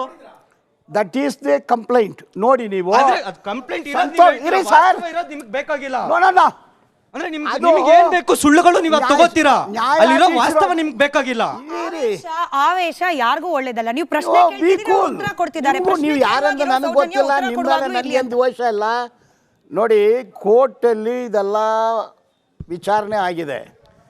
ಅದರಲ್ಲಿ ನ್ಯಾಯಾಧೀಶರೇ ರಾಂಗ್ ಅಕ್ಯೂಸ್ಡ್ ಎಂದು ಹೇಳಿದ್ದಾರೆ. ತನಿಖೆ ಯಾರು ಮಾಡಿದ್ದಾರೆ ಅವ್ರ ಮೇಲೆ ಆ್ಯಕ್ಷನ್ ತಗೋಬೇಕಂದು ಹೇಳಿದ್ದಾರೆ. CBIನವರು ಸಂತೋಷ್ ರಾವ್ ಅಲ್ಲ ಬೇರೆಯವರಂದು ಒಂದು ಅಪ್ಲಿಕೇಶನ್ ಹಾಕಿದ್ದಾನೆ. ಅದರಲ್ಲಿ 3-4 ಹೆಸರುಗಳಿದೆ. ಆ ಹೆಸರು ನಾನು ಹೇಳೋದಿಲ್ಲ ಈಗ, ಅದು ಕೋರ್ಟ್ ರೆಕಾರ್ಡಲ್ಲಿಲ್ಲ. ನಾನು ಯಾಕೆ ಹೆಸರು ಹೇಳಬೇಕು? ನಾನು ಹೇಳೋದಿಲ್ಲ, ನೀವು ಹೇಳಿ ಅಂದು ನಾನು ಹೇಳೋಲ್ಲ. ಜಡ್ಜ್ಮೆಂಟಲ್ಲಿ ಇದೆ. ಅವ್ರ ಇಷ್ಟ. You can force your opinion on him. ಹೇಳಿ, ಅವ್ರಿಗೆ ಹೇಳಿದ್ರೆ ಓಕೆ, ನನಗೆ ಗೊತ್ತಿದೆ, ನಿಮಗೂ ಗೊತ್ತಿದೆ. ಹಾಕಿದ್ದಾರೆ ಅವರು. ಆ ಪ್ರಾಸಿಕ್ಯೂಟ್ರು FIR ಹಾಕಿದ್ದಾರೆ, ಚಾರ್ಜ್ ಶೀಟ್ ಕೂಡ ಹಾಕಿದೆ. ಈಗ ನನ್ನದು, ನಾನು ಯಾವ ಗುಂಪಿಗೂ ಸೇರಿರೋನಲ್ಲ. ನೀವು ಯಾರೋ ತಿಮ್ಮರೋಡಿ ಮಟ್ಟರ್ ನೋಡಿ, ಅವ್ರಿಗೂ ನನಗೂ ನೋಡಿ ಅವ್ರನ್ನ ನಾನು ನೋಡೇ ಇಲ್ಲ. ನೀವು ನನ್ನನ್ನು ಒಂದು ಗ್ಯಾಂಗು, ಗುಂಪು, ಷಡ್ಯಂತ್ರ, ನೀವೇ ಅಲ್ವಾ? ಇದೆಲ್ಲ ಯಾರಿಗೂ ಲಾಯರ್ ಇಲ್ಲ ನಾನು ಅವ್ರಿಗೆ. ಈಗ 3 ಜನಕ್ಕೆ ಮಾತ್ರ ಲಾಯರ್ ನಾನು. 3 ಜನ ಮೇಲೆ ನಿಮ್ದು ಏನು ಆರೋಪನೇ ಇಲ್ಲ, ಅವ್ರ ಮೇಲೆ ಯಾವುದು ಕೂಡ ಇಲ್ಲ. ಬಟ್ ನಾನು ಇನ್ನೊಂದು ಪ್ರಶ್ನೆ ಕೇಳ್ತೀನಿ ಸರ್. ಈ ಭೀಮಾ ಅಂತ ನೀವೆಲ್ಲ ಅಥವಾ ನೀವು ಅಥವಾ ಯಾರೆಲ್ಲ ಆತನನ್ನ ಭೀಮಾ ಅಂತ ಕರೀತಿದ್ದಾರೆ, ಆ ವ್ಯಕ್ತಿಯ ಪರವಾಗಿ 20ಕ್ಕೂ ಹೆಚ್ಚು ಮಂದಿ ವಕೀಲರಿದ್ದಾರೆ. ಅವರಿಗೆ ಫಂಡಿಂಗ್ ಆಗ್ತಾ ಇರೋದು ಕೆಲ ನಿಷೇಧಿತ ಸಂಘಟನೆಗಳ ಕಡೆಯಿಂದ. ಇದ್ರ ಬಗ್ಗೆ ತಮ್ಮ ಗಮನದಲ್ಲಿದೆಯಾ? ಇಲ್ಲ, ನನ್ನ ಗಮನದಲ್ಲಿ ಇಲ್ಲ. ನಾನು ಹೇಳ್ಬಿಡ್ತೀನಿ, ನಾನು 3 ಜನಕ್ಕೆ ಹೋರಾಟಗಾರರಿಗೆ ನಾನು ವಕಾಲತ್ತು ವಹಿಸ್ತಾ ಇದ್ದೀನಿ.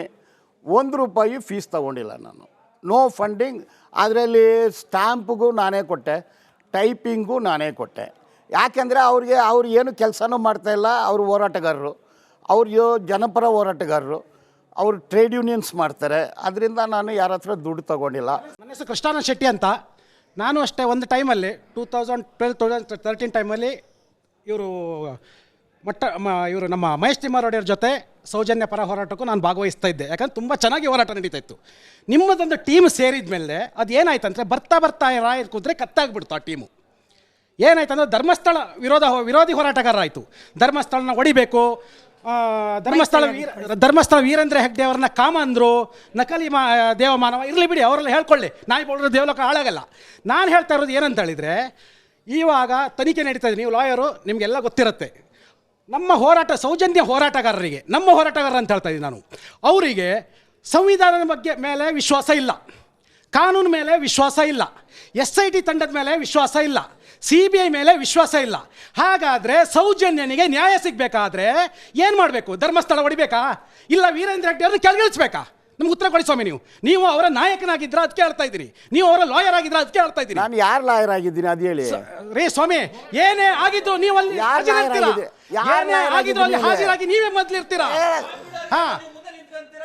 ಗೊತ್ತಾಗಲ್ಲ ನಿಮ್ಗೆ? ಯಾರು ಲಾಯರ್? ನಾನು ದೇಶ ವಿರೋಧಿ ಯಾವುದೇ ಚಟುವಟಿಕೆ ನಡೆದು ಅಲ್ಲಿ ಹೋಗಿರ್ತೀರಾ?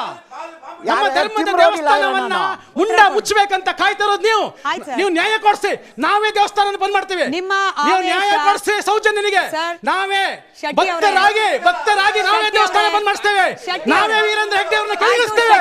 ಇದು ಚಾಲೆಂಜು. ನಾನು ಸೌಜನ್ಯ ನನ್ನ ಸಹೋದರಿ, ನಾನು ಅವಳ ಪರವಾಗಿ ಹೋರಾಟ ಮಾಡಿದ್ದೀನಿ. ಮುಂಬೈಯಲ್ಲಿ ಚಂದ್ರಶೇಖರ್ ಬೊಮ್ಮೆಟ್ಟು ಅವ್ರ ಜೊತೆ ಸೇರಿದ್ದೀನಿ ನಾನು. ನನ್ನ ಹತ್ರ ಬರೋ ಕೇಸಲ್ಲ ನಾನು ತಗೊಳ್ಳೋನಲ್ಲ, ನನ್ನ ಬಗ್ಗೆ ವಿಚಾರಣೆ ಮಾಡ್ಕೊಳ್ಳಿ ಲಾಯರ್ಗಳ ಹತ್ರ ಕೂಡ. ರಾಮೇಶ್ವರಂ ಕೇಸಲ್ಲಿ ನನ್ನ ಹತ್ರ ಬಂತು. ನಾನು ಈಗಲೇ ಹೇಳಿದೆ, ಮೊನ್ನೆ ಒಂದು ತೀರ್ಪು ಬಂದಿದೆ, ನನಗೆ ಕೇಸ್ ತಂದು ಕೊಟ್ಟರು ನಾನು ತಗೊಳ್ಳಲ್ಲ ಅಂತ ಹೇಳಿದೆ.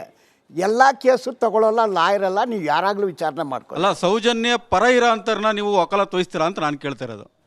ಏನು ಸೌಜನ್ಯ ಪ್ರಾಬ್ಲಮ್ಮೇ ಇಲ್ಲ, ಅದೆಲ್ಲ ಕೇಸ್ ಆಗಿದೆ. ಈಗ ಬಂದಿರೋದು ಸರಿ ಆಯ್ತು, ಅವರೆಲ್ಲ ಕ್ರೈಮ್ ನಂಬರ್ 39/2025. ಆ ಕ್ರೈಮ್ ನಂಬರ್ಗೂ ನನಗೂ ಯಾವುದೇ ಸಂಬಂಧ ಇಲ್ಲ. ಸೌಜನ್ಯ ಕ್ರೈಮ್ ನಂಬರ್ 250ನಲ್ಲಿ ನಾನು ಒಂದು ಪೆಟಿಷನ್ ಕೂಡ ಹಾಕಿಲ್ಲ. ಈಗ ಏನು ಬಂದಿದೆ, ಕೋರ್ಟಲ್ಲಿ ಗ್ಯಾಗ್ ಆರ್ಡರ್ ತಗೊಂಡಿದ್ದಾರೆ. ನೀವು ನನ್ನನ್ನು ಪ್ರಶ್ನೆ ಮಾಡ್ತೀರಾ, ನಿಮ್ಮ ಹಕ್ಕದು. ಅವ್ರು ನನ್ನನ್ನು ಪ್ರಶ್ನೆ ಮಾಡ್ತಾರೆ, ನಿಮ್ಮ ಹಕ್ಕು. ಸಮಾಜದಲ್ಲಿ ಏನು ನಡೀತಾ ಇದೋ ಪ್ರತಿಯೊಬ್ಬರು ಡಿಬೇಟ್ ಆಗಬೇಕು. ಕೋರ್ಟಲ್ಲಿ ಈಗ ಲಾಯರ್ ಸರಿ ಇಲ್ಲ ಅಂದ್ರೆ ಡಿಬೇಟ್ ಆಗಬೇಕು. ಅದಕ್ಕೆ ಧಕ್ಕೆ ಥರ ಜಾನ್ ರೋ ಆರ್ಡರು, ಗ್ಯಾಗ್ ಆರ್ಡರ್ ವಿರೋಧ ಇದ್ದೀನಿ ನಾನು. ಹಂಗಾರೆ ಕಾರ್ಯಾಂಗ ನ್ಯಾಯಾಂಗ ವ್ಯವಸ್ಥೆ ಮೇಲೆ ನಿಮಗೆ ನಂಬಿಕೆನೇ ಇಲ್ಲ ಹಂಗಾರೆ? ನಾನು ಹೇಳಿದೆ, ಯಾವಾಗ ಹೇಳಿದೆ? ನೀವೇ ಮತ್ತೆ 13 ವರ್ಷದ ಹಿಂದೆ ನಾನು ನಡೀತಾ ಇದೆಯಲ್ಲ ಇದು, ನೋಡಿ. ಅಂದ್ರೆ ಈ ಇನ್ನೊಬ್ರು ಕೇಳಿದ ಪ್ರಶ್ನೆ ನಿಮಗೆ ಕೇಳ್ತೀನಿ ಸರ್, ಅದಕ್ಕೆ ಉತ್ತರ ಸಿಗ್ಲಿಲ್ಲ. ಹೇಳಿ. ಈಗ ಸೌಜನ್ಯ ಪ್ರಕರಣವನ್ನು ಒಳಗೊಂಡಂತೆ 100 ಹೆಣ್ಣುಮಕ್ಕಳ ಮೇಲೆ ರೇಪ್ ಅಂಡ್ ಮರ್ಡರ್ ಆಗಿದೆ ಅಂತ ಹೇಳಿ ಯಾರು ಆರೋಪ ಮಾಡ್ತಿದ್ದಾರೆ, ಅವರಿಗೆ ಯಾವುದೇ ತನಿಖಾ ಸಂಸ್ಥೆ ಮೇಲೆ ವಿಶ್ವಾಸ ಇಲ್ಲ. ತನಿಖೆ ಬಗ್ಗೆ ಕೂಡ ವಿಶ್ವಾಸ ಇಲ್ಲ. ನಾನು ಒಬ್ಬ ಲರ್ನ್ಡ್ ಮ್ಯಾನ್ ಆಗಿ, ಒಬ್ಬ ವಕೀಲರಾಗಿ ಏನು ಹೇಳ್ತೀರಿ? ನಾನು ಇದು ವಿಷಯ ಬಂತು ಯಾವತ್ತು 4th ನಾನು ಚೀಫ್ ಮಿನಿಸ್ಟರ್ಗೆ ಅಪಾಯಿಂಟ್ಮೆಂಟ್ ಫಿಕ್ಸ್ ಮಾಡ್ಕೊಂಡು ಹೋಗಿ ಒಂದು ಮನವಿ ಕೊಟ್ಟೆ. ಈ ಥರ ಅಲಿಗೇಷನ್ ಬಂದಿದೆ, 100 ಹೆಣಗಳು ಅಂತ ಹೇಳ್ತಾನೆ, ಇದಕ್ಕೆ ಒಂದು ಸಿಟ್ ತಂಡ ಕಾನ್ಸ್ಟಿಟ್ಯೂಟ್ ಮಾಡಿ ಅಂದು. ಅದು ಅಪ್ಲಿಕೇಶನ್ ನಾನೇ ಕೊಟ್ಟೆ. ಅಪ್ಲಿಕೇಶನ್ ಕೊಟ್ಟ ತಕ್ಷಣ ಏನೂ ಆಗಿಲ್ಲ. 11th 183 BNS ಸ್ಟೇಟ್ಮೆಂಟ್ ರೆಕಾರ್ಡ್ ಆಯಿತು. ತದನಂತರ ಗೌರ್ಮೆಂಟು ಸಿಟ್ ಕಾನ್ಸ್ಟಿಟ್ಯೂಟ್ ಮಾಡಿದ್ದಾರೆ. ಹಲವಾರು ಮಾಧ್ಯಮದಲ್ಲಿ ನಾನು ಹೇಳಿದ್ದೀನಿ, ಇದರಲ್ಲಿ ಎಕ್ಸ್ಪೀರಿಯನ್ಸ್ಡ್ ಆಫೀಸರ್ಗಳಿದ್ದಾರೆ, ಅವ್ರಿಗೆ ತನಿಖೆ ಬಗ್ಗೆ ಗೊತ್ತಿದೆ. ನಮ್ಮ ರಾಜ್ಯದ FSL ತಜ್ಞರು ಇಂಟರ್ನ್ಯಾಷನಲ್ ಸ್ಟ್ಯಾಂಡರ್ಡಲ್ಲಿದ್ದಾರೆ. ಇದು DNA ಪರಿಶೀಲನೆ, DNA profile, voice spectrography, digital, ನಮ್ಮ ಸ್ಟೇಟು ಈಕ್ವಲೆಂಟ್ ಟು ಸ್ಕಾಟ್ಲ್ಯಾಂಡು. ಪೊಲೀಸರ ಮೇಲೆ ನಂಬಿಕೆ ಇಡಬೇಕು ಅಂದೇ ಪ್ರತಿಯೊಂದರಲ್ಲಿ ಹೇಳ್ತಾ ಇದ್ದೀನಿ. ಆಯ್ತು ಸರ್, ತನಿಖೆ ಆಗಬೇಕು ಅಂತ ಹೇಳಿ ಮುಖ್ಯಮಂತ್ರಿಗಳ ಮುಂದೆ ಹೋದವರಲ್ಲಿ ತಾವು ಕೂಡ ಒಬ್ಬರಾಗಿರೋದ್ರಿಂದ ಈ ತನಿಖೆ ಬಗ್ಗೆನೇ ಕೆಲವೊಂದಷ್ಟು ಸ್ಪೆಸಿಫಿಕ್ ಪ್ರಶ್ನೆಗಳನ್ನು ಕೇಳ್ಬಿಡ್ತೀನಿ, ಆಮೇಲೆ ನಿಮ್ಮಿಂದ ಪ್ರಶ್ನೆ ಕೇಳಿ. ತಲೆ ಬುರುಡೆ ಯಾವುದೋ ಒಂದು ಜಾಗದಿಂದ ಆ ವ್ಯಕ್ತಿ ತರ್ತಾನೆ, ಮೊದಲು ತನಿಖೆ ಅಲ್ಲಿಂದ ಆಗ್ಬೇಕಿತ್ತ ಇಲ್ವಾ? ಯಾವ ಜಾಗದಿಂದ ಆತ ತಲೆಬುರುಡೆಯನ್ನ ತಂದ ಆ ಜಾಗ ಇವತ್ತುವರೆಗೂ SIT ತನಿಖೆಗೆ ಯಾಕೆ ಒಳಪಡಿಸಿಲ್ಲ? ಜನ ಪ್ರಶ್ನೆ ಮಾಡ್ತಿದ್ದಾರೆ. ಒಬ್ಬ ವಕೀಲರಾಗಿ ನಿಮ್ಮ ಅಭಿಪ್ರಾಯ ಏನಿದ್ರಲ್ಲಿ? ನೋಡಿ, ತನಿಖೆ ಮಾಡೋ ಈಗ ಶೂ ಹಾಕಿರೋರು ಗೊತ್ತಿರುತ್ತೆ ಎಲ್ಲಿ ಕಚ್ಚುತ್ತೆ ಅಂದು. ಅದನ್ನು ಮೆಷರ್ಮೆಂಟ್ ಮಾಡೋರಿಗೂ ಗೊತ್ತಿರೋದಿಲ್ಲ. ಅವರು ಅಲ್ಲಿ ಹೋಗಿ ತನಿಖೆ ಮಾಡ್ತಿದ್ದಾರೆ. ಈಗ ಜನರಲ್ ಆಗಿ ಮಾತಾಡಬೇಕಂದ್ರೆ ಆ್ಯಸ್ ಎನ್ ಅಡ್ವೊಕೇಟು, ಈಗ ಅವನು ತಪ್ಪೊಪ್ಪಿಗೆ ಹೇಳಿಕೆ ಕೊಟ್ಟಿದ್ದಾನೆ, ಅದೇ 183. ಅವನ್ನ ಅಂತೀನಿ ನಾನು ಅವನ್ನ ಭೀಮ ತಿಮ್ಮ ಅಂದು ಹೇಳೋಲ್ಲ, ಅಂತೀನಿ. ಹೇಗೆ ಹೆಣ ತಂದು ಕೊಟ್ಟಿದ್ದು ಯಾರು? ಅವನು ಹೇಳಿದ್ದು ನಾನು ಊತಾಕ್ದೆ ಅಂದರೆ ಅದನ್ನು ಆಕಾಶದಿಂದ ಹೆಣ ಬಂತ? ಅಂದು ಕೊಟ್ಟವ್ರು ಯಾರು? ಆ ಹೆಣದ ಜೀನ್ಸ್ ಪ್ಯಾಂಟ, ಟೀ ಶರ್ಟ, ಚೂಡಿದಾರ, ಸೀರೆನ ಗೊತ್ತಾಗಬೇಕು, ನಿಮಗೂ ಗೊತ್ತಾಗಬೇಕು, ಇಡೀ ದೇಶಕ್ಕೆ ಗೊತ್ತಾಗಬೇಕು. ಯಾವ ವಾಹನದಲ್ಲಿ ತಂದು ಕೊಟ್ಟರು? ಪ್ರಶ್ನೆ ಇಲ್ಲ. ಇದುವರೆಗೆ ಬಂದಿಲ್ಲ. ವಾಹನದಲ್ಲಿ ಬಂದರೆ ಯಾವ ಕಾರು, ಅದು ಕೈಯಲ್ಲಿ ಹೆಣ ತಗೊಂಬರೋ, ಇದು ಈ ಸಲ ಪ್ರಶ್ನೆ. ಅದಕ್ಕೆ ತನಿಖಾಧಿಕಾರಿಗಳ ಕೈಯಲ್ಲಿ ಇದ್ದಾನೆ. ಅವನದು ತಪ್ಪೊಪ್ಪಿಗೆ ಕನ್ಫೆಷನಲ್ ಸ್ಟೇಟ್ಮೆಂಟ್ ಇದೆ, ನ್ಯಾಯಾಧೀಶರ ಮುಂದೆ ಕೊಟ್ಟಿರೋ ಕನ್ಫೆಷನಲ್ ಸ್ಟೇಟ್ಮೆಂಟ್ ಇದೆ. ಏನಿದೆ ಎಂದು ಯಾರಿಗೂ ಗೊತ್ತಿಲ್ಲ. ಹೂಗೆ ಮಾಡಿಕೊಂಡು ಹಂಗಂದು ನಾನು ಹೇಳಕ್ಕೆ ಬರಲ್ಲ. ನಾನು ಲಾಯರು ಅಂದರೆ ಪ್ರಾಸಿಕ್ಯೂಟ್ರ್ ಆಗಿ ಇದ್ದೀನಿ, ಸ್ಟೇಟ್ ಗೌರ್ಮೆಂಟ್ ಪರನೂ ಅಪಿಯರ್ ಆಗ್ತೀನಿ, ಡಿಫೆನ್ಸ್ ಲಾಯರ್ ಆಗಿ ಇದ್ದೀನಿ. ಅದರಿಂದ ಬರೋ ಕೇಸೆಲ್ಲ ನಾನು ತಗೊಳ್ಳೋದು ಇಲ್ಲ. ನಾನು ಹೇಳ್ತೀನಿ BR, CR, DR. ಇದುವರೆಗೂ ಯಾಕೆ SIT ಅದ್ರ ತನಕ ಹೋಗಿಲ್ಲ? ಅದನ್ನು ನಾವೆಲ್ಲ ಸೇರಿ ಕೇಳಬೇಕು. ನನ್ನದು ಅದೇ ಪ್ರಶ್ನೆನೇ. ನಾನು ಅದನ್ನೇ BR ಅಂದು ಹೇಳ್ಬಿಡಿ. ಅವನು ಒಂದು ಸೈಕ್ ಇರ್ಬೋದು, ಅವನು ಒಂದು ಧರ್ಮಸ್ಥಳದವನ, ಇಲ್ಲ ಹೊರಗೆಯಿಂದ ಯಾರಾಗಲೂ ಬಂದಿದ್ದಾರ, ಯಾವ ಊರಿಂದ, ಒಂದು ಹೊರಗಡೆ ಅಂದರೆ ಹೊರ ದೇಶದಿಂದ ಬಂದಿದ್ದಾರ, ದೇಶದ ಹೆಸರು ಕೆಡ್ಸಕ್ಕೆ ಬಂದಿದ್ದಾರೆ, ಯಾರಂದು ಹೇಳ್ಬಿಡಿ, ಗೊತ್ತಾಗುತ್ತೆ. ಆ ಯಾರು ಒಂದು ಹೂಗೆ ಮಾಡಿಕೊಂಡು ಒಂದು ಇವರು, ಇವರು ಅಂದು ನಾನು ಹೇಳಿದಿನ, ಯಾರಾಗಲೂ ಹೇಳಿದ್ರೇನು ತಪ್ಪಂತೀನಿ. ಕರೆಕ್ಟ್. BCD ಇದರ ತನಿಖೆಯಲ್ಲಿ ಇದೆ. ತನಿಖೆ ಮಾಡೋರಿಗೆ ನೀವು ಲೆಟ್ರ್ ಬರಿ, RTIಯಲ್ಲಿ ಕೇಳಿ, ಆ ಹೋಮ್ ಮಿನಿಸ್ಟರ್ನ ಕೇಳಿ, BR ಅಂದು ಕೇಳಿ. ಗೊತ್ತಾದರೆ ಗೊತ್ತಾಗ್ಬಿಡುತ್ತೆ ಯಾರಂದು. ತನಿಖೆ ಆಗೋಕೆ ಮುಂಚೆನೆ ಬಾಲನ್ ಸರ್ ನಿಮ್ಮ ಗಮನಕ್ಕೂ ಬಂದಿರಬಹುದು, ಆ ದೂರುದಾರ ಹಿಡ್ಕೊಂಡ್ ಬಂದಿದ್ದ ಬುರುಡೆ 24 ವರ್ಷದ ಮಹಿಳೆಯದ್ದು ಅಂತ ಹೇಳಿ ನಮಗೆ FSLನವರೇ ಮಾಹಿತಿ ಕೊಟ್ಟರು ಅಂತ ಹೇಳಿ ಸೌಜನ್ಯ ಪರ ಹೋರಾಟಗಾರರು ಅಂತ ಅನ್ನಿಸ್ಕೊಂಡವ್ರು ಹೇಳ್ತಾರೆ. ಇದಕ್ಕೇನೆ ಅನುಮಾನ ಬರ್ತಿರೋದು, ಹಾಗಾದ್ರೆ FSL, SIT ಇವೆಲ್ಲವೂ ಕೂಡ ಗೌಪ್ಯವಾಗಿ ಮಾಹಿತಿಯನ್ನ ಇವ್ರುಗಳಿಗೆ, ತಿಮ್ಮರೋಡಿ ಅವರಿಗೆ, ಅದ್ರ ಜೊತೆಗೆ ಮಟ್ಟಣ್ಣನವರಿಗೆ, ಅವ್ರಿಗೆ ಹೆಂಗ್ ಕೊಡ್ಲಿಕ್ಕೆ ಸಾಧ್ಯ ಅಂತ? ಮಟ್ಟಣ್ಣವರು, ತಿಮ್ಮರೋಡಿ ಅವ್ರಿಗೂ ನನಗೂ ಸಂಬಂಧ ಇಲ್ಲ. ಅವ್ರು ಏನೋ ಮಾಡಿರ್ತಾರೆ, ಅದನ್ನು ನನ್ನ ಪ್ರಶ್ನೆ ಮಾಡಿ. ಆಯ್ತು ಸರ್, ಅವ್ರನ್ನ ನೋಡೇ ಇಲ್ಲ ಅಂತೀರಿ, ಮತ್ತೆ ಅದೇ ಪ್ರಶ್ನೆ. ಮಾಡಿದ್ರೆ ತಪ್ಪು, ಮಾಡಿದ್ರೆ ತಪ್ಪು, ಹಾಗೆ SIT ಮಾಡಿದ್ರೆ ತಪ್ಪು. ಮೊನ್ನೆನೋ ಅವ್ರ ಮೇಲೆ ಯಾರೋ ಮಟ್ಟಣ್ಣವರು ಎಲ್ಲಿದ್ರಲ್ಲ, ಅವ್ರ ಮೇಲೆ ಕೋರ್ಟಿಗೆ ಒಂದು ಪೆಟಿಷನ್ ಹಾಕಿದ್ದಾರೆ. ಈ ಥರ ಎಲ್ಲ ಏನು ನ್ಯಾಯಾಧೀಶರ ಮೇಲೆ ಎಲ್ಲರ ಮೇಲೆ ಹೇಳ್ತಾ ಇದ್ದಾನೆ ಅಂದು, ಅದನ್ನು ನ್ಯಾಯಾಧೀಶರು ತಗೊಂಡು ತನಿಖೆಗೆ ಒಳಪಡಿಸಿದ್ದಾರೆ. ಅದು ಅವನದು ಪರ್ಸ್ನಲ್ಲು, ಅವ್ನು ಯಾರು ಅನ್ನೋದು ಕೂಡ ಇವ್ರಿಗೆಲ್ಲ ಗೊತ್ತಿರುತ್ತೆ. ಅವನಿಗೂ ನನಗೆ ನಾನು ಮಾತಾಡಿಲ್ಲ, ಅವ್ನ ಮುಖನೂ ಗೊತ್ತಿಲ್ಲ. ಒಂದು 3-4 ವರ್ಷಕ್ಕೆ ಮೊದಲು ಏನೋ ವಿಧಾನಸೌಧ ಟಾಯ್ಲೆಟಲ್ಲಿ ಏನೋ ಇಟ್ಬಿಟ್ಟು ಅಂದು ಮಾಧ್ಯಮದಲ್ಲಿ ಬಂತು. ಈಗ ಅವನು ಇಲ್ಲಿ ಬಂದ್ರೇನೋ ಇವ್ರು ಯಾವ ಮನುಷ್ಯ ಅಂದ್ರೆ ನಾನು ಕಂಡುಹಿಡಿಯೋಕ್ಕಾಗಲ್ಲ. ಯಾರೋ ಮಾಡಿರೋದನ್ನ ನನ್ನ ಹತ್ರ ಕೇಳಿದ್ರೆ ನಾನೇನು ಉತ್ತರ ಕೊಡ್ಲಿ? ಒಬ್ಬ ವಕೀಲರಾಗಿ ನಿಮಗೆ ಕೇಳ್ತಾ ಇರೋ ತಪ್ಪದು. SIT ಹಾಗೆ FSL ನನಗೆ ಮಾಹಿತಿ ಕೊಟ್ಟಿದೆ, ತಪ್ಪು. 15ಕ್ಕೂ ಹೆಚ್ಚು ಜಾಗಗಳನ್ನ ಗುರುತಿಸಲಾಗಿತ್ತು, ಅದರಲ್ಲಿ 99% ಉತ್ಖನನ ಆಗಿದೆ. ಮಾಧ್ಯಮದವರು, ನಾವು ಅಂತ ನಾನು ಹೇಳ್ತಿಲ್ಲ, ನ್ಯಾಷನಲ್ ಇಂಟರ್ನ್ಯಾಷನಲ್ ಮೀಡಿಯಾಗಳು ಕೂಡ ಬೂತ್ಗನ್ನಡಿ ಹಿಡ್ಕೊಂಡು ಹುಡುಕ್ತಿದ್ದಾರೆ. SIT ಮೂಲಗಳಿಂದ ನಮಗೂ ಒಂದಷ್ಟು ಮಾಹಿತಿ ಸಿಗ್ತಾ ಇದೆ. ಅವನು ಹೇಳಿದ ಪ್ರಕಾರನೇ ಆಗೋಂಗಿದ್ದಿದ್ರೆ ಇಷ್ಟೊತ್ತಿಗೆ 100 ಮೂಳೆಗಳು ಸಿಗಬೇಕಾಗಿತ್ತು, ಸಿಕ್ಕಿಲ್ಲ. ಈಗ ಆರೋಪ ಯಾರು ಮಾಡಿದ್ದಾನೆ, ದೂರುದಾರ ಏನೋ ಭೀಮಾನೋ, ಅವನ ಮೇಲೆ ಅನುಮಾನ ಪಡಲಿಕ್ಕೆ ಕಾರಣ ಸಿಕ್ತಲ್ಲ. ಆತ ಹೇಳಿರೋದ್ರಲ್ಲಿ ಸತ್ಯ ಇಲ್ಲ ಅನ್ನೋದನ್ನ ಒಪ್ಕೊಳ್ಳಿಕ್ಕೆ ಕಾರಣಗಳು ಸಿಗ್ತಿದೆಯಲ್ಲ. ಅದು ನೋಡಿ, ಅದಕ್ಕೆ ನಾನು ಹೇಳಿದೆ, ಒಂದು ಕ್ರಿಶ್ಚಿಯನ್ ಸೆಮೆಟ್ರಿ ಮಶಾನ ನೋಡಿರ್ತೀರ. ಒಂದು ಕ್ರಿಶ್ಚಿಯನ್ ತೀರ್ಕೊಂಬಿಟ್ರೆ ಅವ್ರ ನಂಬಿಕೆ ಒಂದು ಕಫನ್ ಬಾಕ್ಸಲ್ಲಿ ಹಾಕಿ, ಉಪ್ಪು ಹಾಕಿ, ಒಂದು 8 ಅಡಿ 10 ಅಡಿ ಹಗ್ಗ ತೋಡಿ ಅದರಲ್ಲಿ ಹಾಕಿ ಉಪ್ಪು ಹಾಕ್ತಾರೆ, ಅದ್ರ ಮೇಲೆ ಒಂದು ಮಾರ್ಬಲ್ಲು, ಗ್ರನೈಟ್ ಹಾಕ್ತಾರೆ. ಇಂಥ ಜಾಗ ಅಂದು ಕಂಡುಹಿಡ್ಬೋದು. ಈಗ ಇದು ಇಲ್ಲೀಗಲ್ ಆಗಿ ಬರಿಯಲ್ ಮಾಡಿಪಟ್ಟಲಾಯಿತು ಅನ್ನೋದು ಅವನದು ವಿವರಣೆ. ನೇತ್ರಾವತಿ ನದಿ ಕೆರೆಯಲ್ಲಿ ಫ್ಲಡ್ ಬರುತ್ತೆ, ಸಾಯಿಲ್ ಎರೋಷನ್ ಆಗುತ್ತೆ, ಮರ ಬೀಳುತ್ತೆ, ಮರ ಬೆಳೆಯುತ್ತೆ, 20 ವರ್ಷದಲ್ಲಿ ದೊಡ್ಡ ಮರ ಆಗುತ್ತೆ. ಪರ್ಫೆಕ್ಟಾಗಿ ಹೇಳೋಕ್ಕೆ ಬರಲ್ಲ. ನಾನು ಇದು ನ್ಯಾಚರ್ ಸೈನ್ಸ್. ವೀರಪ್ಪನ ಕಾಡಲ್ಲಿ ವೀರಪ್ಪನ ಬಗ್ಗೆ ಪುಸ್ತಕ ಬರೆದಿದ್ದಾರೆ, ಓದಿದ್ದೀನಿ. 20 ವರ್ಷಕ್ಕೆ ಮೊದಲು ಒಂದು ಕಡೆ ಊತಿಟ್ಟಿದ್ದು ಅಕ್ಕಿ ಬೇಳೆ ಹೋಗಿ ತೆಗಿತಾರೆ ಎಂದು ಪರ್ಫೆಕ್ಟಾಗಿ ಅವರು ಒಂದು ಮರಕ್ಕೆ ಗುರುತಿಸ್ತಾರೆ, ಮೆಷರ್ ಮಾಡ್ತಾರೆ. ಇದೆಲ್ಲ ಟೋಪೋಗ್ರಫಿ. ಅದು ಅವನಿಗೆ ಅದಕ್ಕೆ ನಾನು ಹೇಳಿದೆ, ಈ ಮನುಷ್ಯ ಈಗ ಆರೋಪಿ. ಈಗ ಆ FIR ಅಲ್ಲಿ ಅವನು ಅಕ್ಯೂಸ್ಡು, ಕಂಪ್ಲೇಂಟ್ ಅಲ್ಲ, ಅಕ್ಯೂಸ್ಡ್. ಅವನು ಅಪ್ರೂವರ್ ಆಗ್ತಾನ, ಅಕ್ಯೂಸ್ಡ್ ಆಗ್ತಾನ, ಸಾಕ್ಷಿ ಆಗ್ತಾನ. ಅದು ಈ ತಂಡ ಏನಿದೆ ಅವ್ರು ತೀರ್ಮಾನ ಮಾಡ್ಕೋಬೇಕು. ಅವನ್ನ ಆರೋಪಿ ಅನ್ನೋದು, ಅಕ್ಯೂಸ್ಡ್ ಅನ್ನೋದು, ಸಾಕ್ಷಿ ಅನ್ನೋದು, ಯಾರೋ ಎತ್ಕಟ್ಟಿದ್ದಾರೆ ಅನ್ನೋದು ಇದು ಹೂಗೆ. ಸರ್, ಒಂದು ನಿಮಿಷ, ನನ್ನ ಪ್ರಶ್ನೆ ಇದೆ. ಏನು ಅಂತ ಹೇಳಿದ್ರೆ, ನೀವು ಇತ್ತೀಚೆಗೆ ಮಾಧ್ಯಮಗಳಲ್ಲಿ ಕೊಡ್ತಾ ಇರೋ ಹೇಳಿಕೆ ಇರ್ಬೋದು ಅಥವಾ ನೀವು ಮಾಡ್ತಾ ಇರೋ ಕೆಲಸಗಳಿರ್ಬೋದು, ಇದನ್ನೆಲ್ಲವನ್ನು ನೋಡಿದಾಗ ಒಂದು ಪರ್ಟಿಕ್ಯುಲರ್ ಸಮುದಾಯಕ್ಕೆ ನೀವು ಫೇವರ್ ಆಗಿದ್ದೀರಾ. ಯಾವ ಮಟ್ಟಕ್ಕೆ ಅಂತ ಹೇಳಿದ್ರೆ, ಅವರೊಂದು ಕಲ್ಲು ಹೊಡೆದ್ಬಿಟ್ರೆ ಅದನ್ನೇನೋ ದೊಡ್ಡ ಟೆರರಿಸಮ್ ಅನ್ನೋ ರೀತಿ ನೋಡ್ತೀರಾ ನೀವು ಅಂತ. ಸುಮ್ಮನೆ ಇರೋರ ಮೇಲೆ ಕಲ್ಲು ಹೊಡೆಯೋದೇ ದೊಡ್ಡ ತಪ್ಪು. ಒಂದು ವಕೀಲರಾಗಿ ಅದು ನಿಮ್ಗೆ ಚೆನ್ನಾಗೇ ಗೊತ್ತಿರುತ್ತೆ. ಬಟ್ ನೀವು ಒಂದು ಸಮುದಾಯದ ಪರವಾಗೇ ನಿಂತ್ಕೊತಾ ಇದ್ದೀರಾ. ದುಡ್ಡಿಗೋಸ್ಕರನೋ ಇಲ್ಲ ನಿಮ್ಮ ಐಡಿಯಾಲಜಿಗೋಸ್ಕರನೋ ತಪ್ಪಿನ ಪರವಾಗೇ ನಿಂತ್ಕೊಳ್ಳೋಂಥ ಈ ವಕೀಲ ವೃತ್ತಿಗೆ ನೈತಿಕತೆ ಅನ್ನೋದೇ ಇಲ್ವಾ? ತಪ್ಪು ಪರವಾಗಿ ನಾವು ವಕೀಲರು, ನ್ಯಾಯಪರ ವಕೀಲರು ಇಲ್ವಾ? ಹೇಳಿಕೆ ನೋಡಿ, ಒಂದು ಸಮುದಾಯ ಇನ್ನೊಂದು ಸಮುದಾಯ ಅಂದು ತಾವು ಹೇಳ್ತೀರಾ, ತಪ್ಪು. ಭಾರತದಲ್ಲಿ ಹುಟ್ಟಿರೋರು ಎಲ್ಲ ಭಾರತೀಯರೇ.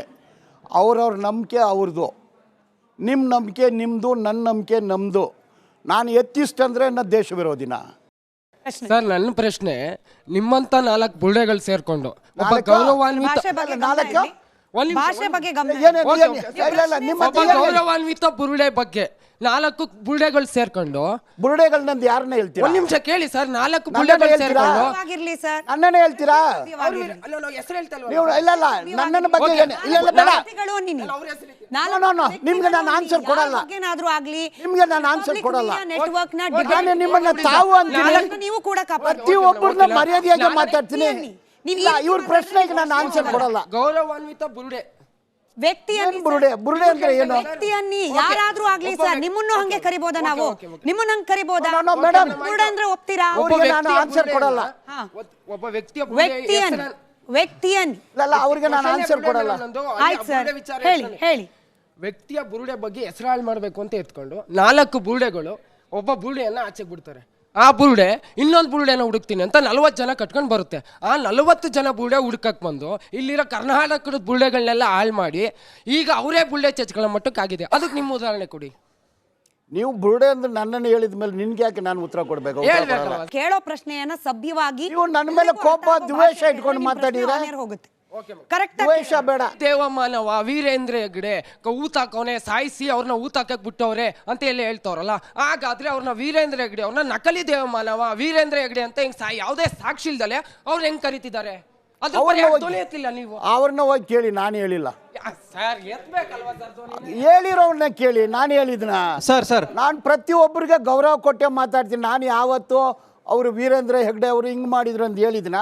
ಇಲ್ಲ ಧರ್ಮಸ್ಥಳ ದೇವ್ರಗಳ ಬಗ್ಗೆ ಹೇಳಿದಿನ? ಧರ್ಮಸ್ಥಳದ ಬಗ್ಗೆ ಹೇಳಿದಿನ?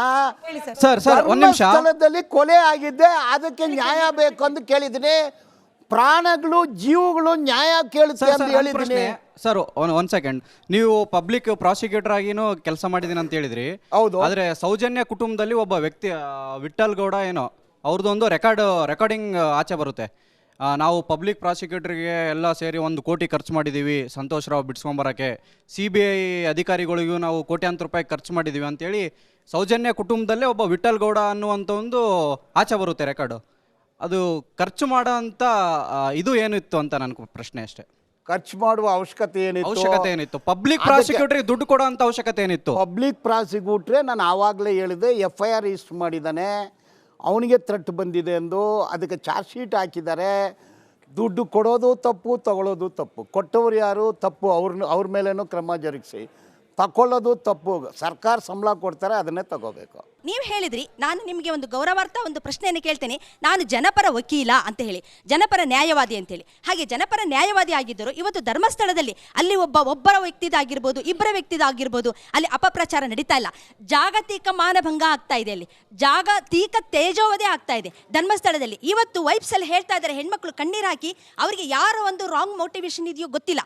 ಅವರಿಗೆ ನಮಗೆ ಇವಾಗ ಧರ್ಮಸ್ಥಳಕ್ಕೆ ಬರಲಿಕ್ಕೆ ಹೆದರಿಕೆ ಆಗ್ತದೆ, ರೂಮಲ್ಲಿ ಉಳಿಲಿಕ್ಕೆ ಹೆದರಿಕೆ ಆಗ್ತದೆ, ನದಿಯಲ್ಲಿ ಸ್ನಾನ ಮಾಡಲಿಕ್ಕೆ ಹೆದರಿಕೆ ಆಗ್ತದೆ. ಅಲ್ಲಿ ಇರ್ತಕ್ಕಂಥ 75-80 ವರ್ಷದ ವೃದ್ಧರೇ ಹೇಳ್ತಾ ಇದ್ದಾರೆ, ಇವತ್ತು ಇದೇ ಭೂಮಿಯಲ್ಲಿ ನಾವು ಹುಟ್ಟಿ ನಮ್ಮ ಮಕ್ಕಳು ಒಳ್ಳೊಳ್ಳೆ ಎಜುಕೇಷನ್ ಕೋರ್ಸನ್ನು ಮಾಡಿ ಬೆಂಗಳೂರಲ್ಲಿ ಸೆಟ್ಲ್ ಆಗಿದ್ದಾರೆ. ಅಲ್ಲಿಂದ ಇಲ್ಲಿಗೆ ಬಂದು ಇವತ್ತು ಎಷ್ಟೊಂದು ಜನಗಳನ್ನು ಕೈ ಚಾಚಿ ಕರಿತಾ ಇರುವಂಥ ಬೆಂಗಳೂರಲ್ಲಿ ಒಂದು ನಿರಾತಂಕವಾಗಿ ಜೀವನ ಮಾಡ್ತಾ ಇದ್ದಾರೆ ಅಂದಾಗ, ಧರ್ಮಸ್ಥಳದಲ್ಲಿ ಧರ್ಮ ಇರುವಂಥ ಜಾಗದ ಒಂದು ತೇಜೋವಧೆ ಏನಕ್ಕೆ ಆಗ್ತಾ ಇದೆ? ನೀವು ಅದ್ರ ಪರವಾಗಿ ಹೇಳ್ಬೋದಲ್ಲ. ಅದನ್ನ ಒಂದು ಜಾಗತಿಕ ಮಟ್ಟದಲ್ಲಿ ತೇಜೋವಧೆ ಆಗ್ತಾ ಇದೆ. ನಮ್ಮ ಸಂವಿಧಾನದಲ್ಲಿ ಒಬ್ಬ ವ್ಯಕ್ತಿ ಮಾನಭಂಗ ಮಾಡಿದ್ರೆ, ಇವತ್ತು ಒಬ್ಬ ವ್ಯಕ್ತಿನಲ್ಲೇ ಅಂದ್ರೆ ಇವತ್ತು ಅವರು ಒಂದು ಶಬ್ದ ಉಚ್ಚಾರ ಮಾಡೋದಕ್ಕೆ ನಿಮಗೆ ಕೋಪ ಬಂತು. ನಮ್ಮ ಸಂವಿಧಾನದಲ್ಲಿ ಮಾನನಷ್ಟ ಮೊಕದ್ದಮೆ ಹಾಕಿ ಎಷ್ಟೋ ಜನ ನ್ಯಾಯವನ್ನು ಕೇಳಿದವರು ಇದ್ದಾರೆ. ಹಂಗಿದ್ಮೇಲೆ ಇಲ್ಲಿ ಜಾಗತಿಕ ಮಟ್ಟದಲ್ಲಿ ತೇಜೋವಧೆ ಆಗ್ತಾ ಇದೆಯಲ್ಲ, ಒಂದು ಕ್ರೈಮ್ ಅನ್ನ ಒಂದು ಜಾಗಕ್ಕೆ ಡೆಲಿಬರೇಟ್ ಆಗಿ ಅಸೋಸಿಯೇಟ್ ಮಾಡ್ತಾ ಇರೋದು ತಪ್ಪಲ್ವಾ? ಆ ಜಾಗ ಹಾಗೆ ಆ ಜಾಗಕ್ಕಿರುವ ಧಾರ್ಮಿಕ ಭಾವನೆಗಳ ಮೇಲೆ ಆಗ್ತಿರುವ ಅಟ್ಯಾಕ್ ತಪ್ಪಲ್ವಾ ಅಂತ. ಧರ್ಮಸ್ಥಳದಲ್ಲಿ ಕ್ರೈಮ್ ನಂಬರಲ್ಲಿ ಕೃತ್ಯ ನಡೆದ ಸ್ಥಳ ಧರ್ಮಸ್ಥಳ ಅಂದಿದೆ. ಅದನ್ನ ಏನಂದು ಹೇಳಬೇಕು? ಈಗ ಮೇಡಮ್, ನಿಮಗೆ ನನ್ನ ಪ್ರಶ್ನೆ, ಅಲ್ಲಿ ಅನನ್ಯ ಭಟ್ ತಾಯಿ ಸುಜಾತ ಭಟ್ ಓಡಾಡ್ತಾ ಇದ್ದಾಳೆ. ಆ ಪ್ರಾಣ ನ್ಯಾಯ ಕೇಳುತ್ತೆ, ಕೊಡಬೇಕಾ ಇಲ್ವಾ? ಲಕ್ಷ್ಮಿ ಅವ್ರ ತಾಯಿ ನ್ಯಾಯ ಕೇಳ್ತಾ ಇದ್ದಾಳೆ, ಲಕ್ಷ್ಮಿ ಪ್ರಾಣ ನ್ಯಾಯ ಕೇಳ್ತಾ ಇದೆ, ಕೊಡಬೇಕಾ ಇಲ್ವಾ?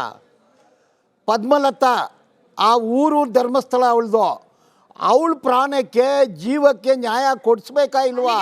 ಮತ್ತೆ ವಾಪಸ್ಸು ಇದೇ ಭಾಗದಿಂದ ಬಂದ ಪ್ರಶ್ನೆಗೆ ಬರ್ತೀನಿ ಸರ್. ನ್ಯಾಯ ಹೆಂಗ್ ಸಿಗಬೇಕು? SIT ಮೇಲೆ ನಂಬಿಕೆ ಇಲ್ಲ, ಕೋರ್ಟ್ ಮೇಲೆ ನಂಬಿಕೆ ಇಲ್ಲ. ಯಾರು ಹೇಳಿದ್ದು? ಧರ್ಮಸ್ಥಳ ಮೇಲೆ ನಂಬಿಕೆ ಇಲ್ಲ ನಾನು ಹೇಳಿದ್ದೀನಿ, ಅವ್ರು ಹೇಳ್ತಾ ಇದ್ದಾರೆ. ಕೇಳಿಸ್ಕೊಂಬಿಡಿ ಸರ್, ಧರ್ಮಸ್ಥಳ ದೇವಸ್ಥಾನದ ಮೇಲೆ ಬುಲ್ಡೋಜರ್ ಹತ್ಸೋದೇ ನ್ಯಾಯನಾ? ಅದು ಯಾರೋ ತಿಮ್ಮರೋಡಿ ಹೇಳಿದ್ರೆ ಅದು ಸರಿಯಲ್ಲ. ನಾನು ಮೊದಲೇ ಹೇಳಿದ್ನಲ್ಲ, ನಾನು ತಿಮ್ಮರೋಡಿಗೆ ವಕಾಲತಿಯನ್ನು ಇಟ್ಕೊಂಡಿಲ್ಲ. ನೀವು ಒಂದು ವಕಾಲತ್ ಕೊಡಿ, ನಾನು ತಗೊಂಡು ಅವನ ಮೇಲೆ ಹಾಕ್ತೀನಿ ಕೇಸು. ಬನ್ನಿ ನೀವು ಬನ್ನಿ ಆಫೀಸ್ಗೆ. ತಿಮ್ಮರೋಡಿ ಹಿಂಗೆ ಹೇಳಿದಾನೆ, ಅವನ ಮೇಲೆ ಒಂದು ದಾವ ಹಾಕಿ ಅಂದು ರೆಕಾರ್ಡ್ ಕೊಡಿ ಅಂತ ಕೇಳ್ತೀನಿ.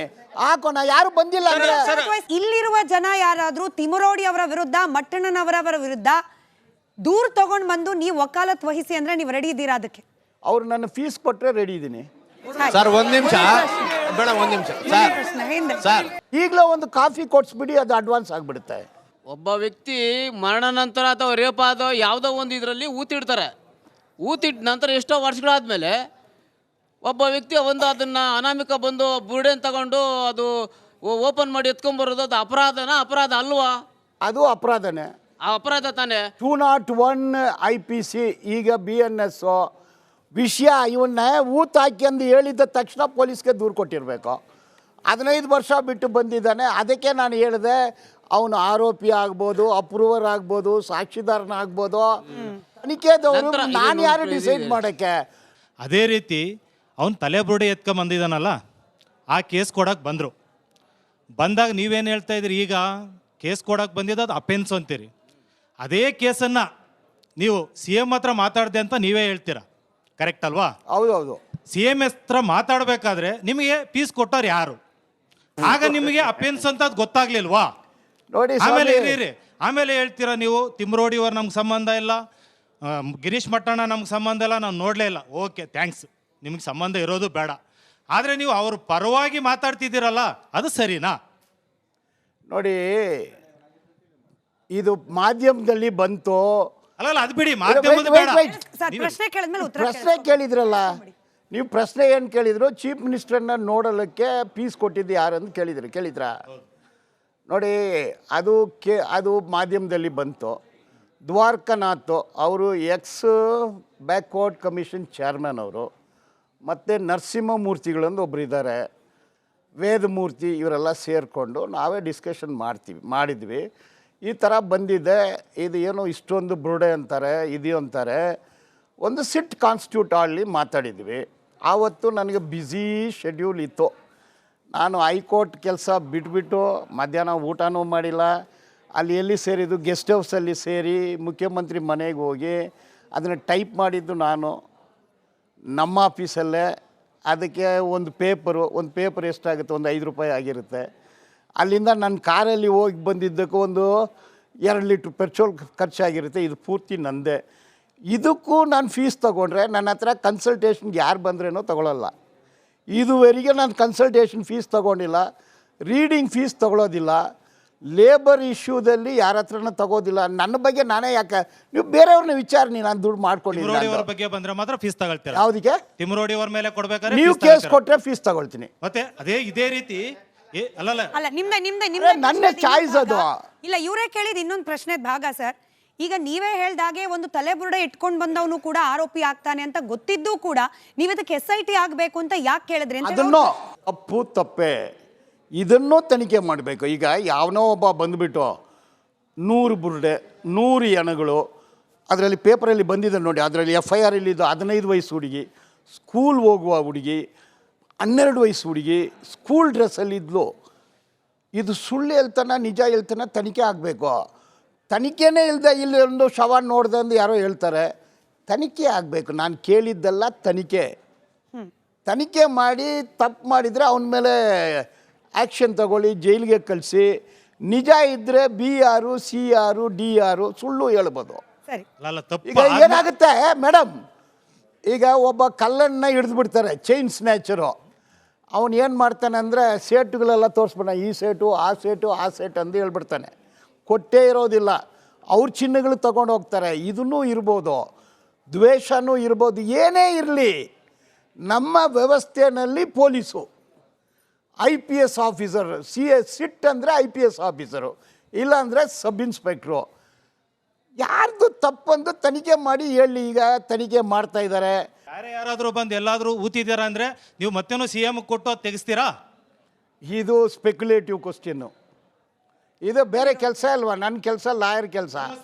ಮಾತ್ರ ನೀವು ಕೊಡೋದು. ಓಕೆ, ಅದು ನಿಮ್ಮ ಹೂಗೆ. ಆಮೇಲೆ ಇನ್ನೊಂದು ಏನು ಅಂತ ಹೇಳಿದ್ರೆ, ಈ ಥರ ಆಗಿದೆಯಲ್ವಾ, ನೀವು ಕೂಡ ನಾವು ಕಾನೂನು ಕಾಪಾಡ್ತೀರಿ, ರಕ್ಷಣೆ ಮಾಡ್ತೀವಿ ಅಂತೇಳಿ ಅದೇ ಕ್ಷೇತ್ರದಲ್ಲಿ ತಪ್ಪು ಒಂದು ಯೂಟ್ಯೂಬರ್ಸು ಅವರಿವರು ಕೂಡ ಆ ವಿಚಾರದಲ್ಲಿ ತಪ್ಪು ಮಾಹಿತಿ, ನಮ್ಮ ಧರ್ಮಸ್ಥಳದ ಹೆಗಡೆ ಅವ್ರ ಫ್ಯಾಮಿಲಿ, ದಣಿಗಳ ಫ್ಯಾಮಿಲಿ ಸೇರ್ಕೊಂಡಿದೆ, ಬರ್ತಾ ಇದ್ದಾರೆ, ಅವರು ಇದೆ, ಬರ್ತೈತೆ ಅಂತೆಲ್ಲ ಮಾಡ್ತಾ ಇದ್ದಾರಲ್ವಾ. ನೀವೊಬ್ಬ ವಕೀಲರಾಗಿ ಇದನ್ನ ಒಂದು ತಡೆ ಇಡುವಂಥ ಕೆಲಸ ಯಾಕೆ ಮಾಡ್ತಿಲ್ಲ? ಇಲ್ಲ ಆ ಥರ ನಡೆದಿಲ್ಲ, ಆ ಥರ ತಪ್ಪಿದೆ ಅಂತ ಯಾಕೆ ಮಾಡ್ತಿಲ್ಲ? ಅಂದ್ರೆ ಫೇಕ್ ನ್ಯೂಸ್ಗಳನ್ನ ಯಾಕೆ ನೀವು ಹರಿದಾಡಕ್ಕೆ ಬಿಡ್ತಾ ಇದ್ದೀರಾ? ಈಗಾಗಲೇ ಫ್ರೀಡಮ್ ಆಫ್ ಸ್ಪೀಚ್ ಹೆಸರಲ್ಲಿ ಬಾಯಿಗೆ ಅವ್ರಿಗೆ ವಕೀಲರು, ಪ್ರಭಾವಿ ವಕೀಲರಿದ್ದಾರೆ, ಸುಮಾರು ಕೇಸ್ಗಳು ಹಾಕಿದ್ದಾರೆ, ಹೈಕೋರ್ಟಲ್ಲಿ ಹಾಕಿದ್ದಾರೆ, ನೆನ್ನೆ ಸುಪ್ರೀಂ ಕೋರ್ಟ್ಗೂ ಹೋಗಿದ್ದಾರೆ. ಕೋರ್ಟಲ್ಲಿ ಅವ್ರ ಪೆಟಿಷನ್ನ ಡಿಸ್ಮಿಸ್ ಮಾಡಿದ್ದಾರೆ ಸುಪ್ರೀಂ ಕೋರ್ಟಲ್ಲಿ. ಹೈಕೋರ್ಟಲ್ಲಿ ಅವ್ರ ವಿರೋಧ ಆದೇಶ ಆಗಿದೆ. ಅವ್ರ ವಿರೋಧ ಸಿವಿಲ್ ಕೋರ್ಟಲ್ಲಿನೂ IA ರಿಜೆಕ್ಟ್ ಆಗಿದೆ. ಅವ್ರಿಗೆ ಲಾಯರ್ ಇದ್ದಾರೆ. ಯಾರಾಗಲೂ ನಾನೇ ನಿಮ್ಗೆ ಲಾಯರ್ ಬರ್ತೀನಿ ಅಂತ ಹೋಗೋಕ್ಕಾಗತ್ತಾ? ಒಂದು ಪ್ರಶ್ನೆ ಏನಂದರೆ, ನೀವು ಎಲ್ಲ ಕಡೆ ನಿಮ್ಮ ಒಂದು ಹೇಳಿಕೆ ಇದೆ, ಅನನ್ಯ ಭಟ್ ಆಕೆ ಮೆಡಿಕಲ್ ಕಾಲೇಜಲ್ಲಿ ಓದ್ತಿದ್ಲು, ಮತ್ತು ತಾಯಿ CBIನಲ್ಲಿದ್ದರು ಅಂತ. ಸ್ಟೆನೋಗ್ರಾಫರ್. ಹಾಂ, ನಾನು ಎನಿ ಟೈಮ್ ರೆಡಿ ಇದ್ದೀನಿ ಕನ್ನಡದಲ್ಲಿ, ದಯವಿಟ್ಟು ಅದಕ್ಕೆ ದಾಖಲೆ ಕೊಡಬಲ್ರಾ? ನೋಡಿ, ಆಕೆ CBI ಆಫೀಸರೇ ಆಗಿದ್ದಿದ್ರೆ ದೂರು ಕೊಡೋದು ಕಷ್ಟಪಡ್ಬೇಕಾ? ಮಗಳು ಕಾಣೆ ಆದರೆ ಇದುವರೆಗೂ ನಿಮಗೆ ದೂರೇ ದಾಖಲಾಗಿಲ್ಲ. 2023ರಲ್ಲಿ ದೂರು ದಾಖಲಾಗುತ್ತೆ. ಕಾಣೆ ಆಗಿರೋ ಡೇಟ್ ಏನು? CBI ಆಫೀಸರ್ ಒಬ್ಬರಿಗೆ ದೂರು ಕೊಡೋದು ಎಲ್ಲಿ, ಯಾವ ಥರ ದೂರು ಕೊಡ್ಬೋದು? ದೇಶದ ಯಾವುದೇ ಮೂಲೆಯಲ್ಲಿ ಬೇಕಾದರೂ ದೂರು ಕೊಡ್ಬೋದು ತನ್ನ ಮಗಳು ಕಾಣೆ ಆಗಿದ್ರ ಬಗ್ಗೆ. ಒಂದು ದೂರು ದಾಖಲಾಗಲ್ಲ. ಮತ್ತು ಆಕೆಯ ಮಗಳು ಯಾವ ಕಾಲೇಜಲ್ಲಿ ಓದ್ತಿದ್ಲು ಅನ್ನೋದಕ್ಕೆ ದಾಖಲೆ ಸಮೇತ ನೀವು ಕನ್ನಡದಲ್ಲಿ ಕೊಡೋಕೆ ರೆಡಿ ಇದ್ದರೆ ನಾವು ಎನಿ ಟೈಮ್ ರೆಡಿ ಇದ್ದೀವಿ. ದಾಖಲೆ ಕೊಡಲಿಲ್ಲ ಅಂದರೆ ನೀವು ವ್ಯವಸ್ಥಿತ ಪಿತೂರಿಯನ್ನು ಧರ್ಮಸ್ಥಳದ ವಿರುದ್ಧ ಮಾಡ್ತಿದ್ದೀರಾ ಅನ್ನೋದನ್ನು ನಾವು ಅರ್ಥ ಮಾಡ್ಕೋಬೇಕಾಗತ್ತೆ. ನೀವು ಏನು ಅರ್ಥ ಮಾಡ್ಕೋಬೇಡಿ. ಆಯಮ್ಮ ಮಾಧ್ಯಮದಲ್ಲಿ ಹೇಳ್ತಾ ಇದ್ದಾಳೆ, ಪೊಲೀಸರ ಮುಂದೆನೇ ಹೇಳ್ತಾ ಇದ್ದಾಳೆ. ಯಾವ ಪೊಲೀಸರು ಈ ಅಮ್ಮ ಸ್ಟೆನೋಗ್ರಾಫರ್ ಇಲ್ಲ, ಈ ಅಮ್ಮ ಕಲ್ಕಟ್ಟಾದಲ್ಲಿ ಇಲ್ಲ, ಈ ಅಮ್ಮ ದೂರೇ ಕೊಟ್ಟಿಲ್ಲ, ಆ ಥರ ಇದುವರೆಗೆ ಯಾರೂ ಬಂದಿಲ್ಲ. ಇದು ಮಾಧ್ಯಮದಲ್ಲಿನೂ ಇದೆ. ಯಾರು ನೀವೇ ಹಂಗೆ ಹೇಳ್ತಾ ಇದ್ದೀರಾ?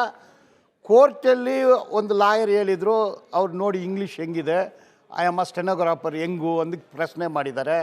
ಅವ್ರು ಸ್ಟೆನೋಗ್ರಾಫರ್ ಇಲ್ವಾ? ನಾನು ಆ ಅಮ್ಮ ಮುಗಿದ ಈಗ ನೋಡಿದೆ. ತಪ್ಪು ಇರ್ಬೋದು, ಜುನೈನು ಇರ್ಬೋದು, ತನಿಖೆ ತಂಡ ಇದೆ, ಅದು ಬರೋವರೆಗೆ ಕಾಯ್ದು ನೋಡೋಣ. ತಪ್ಪಂದರೆ ತಪ್ಪೇ.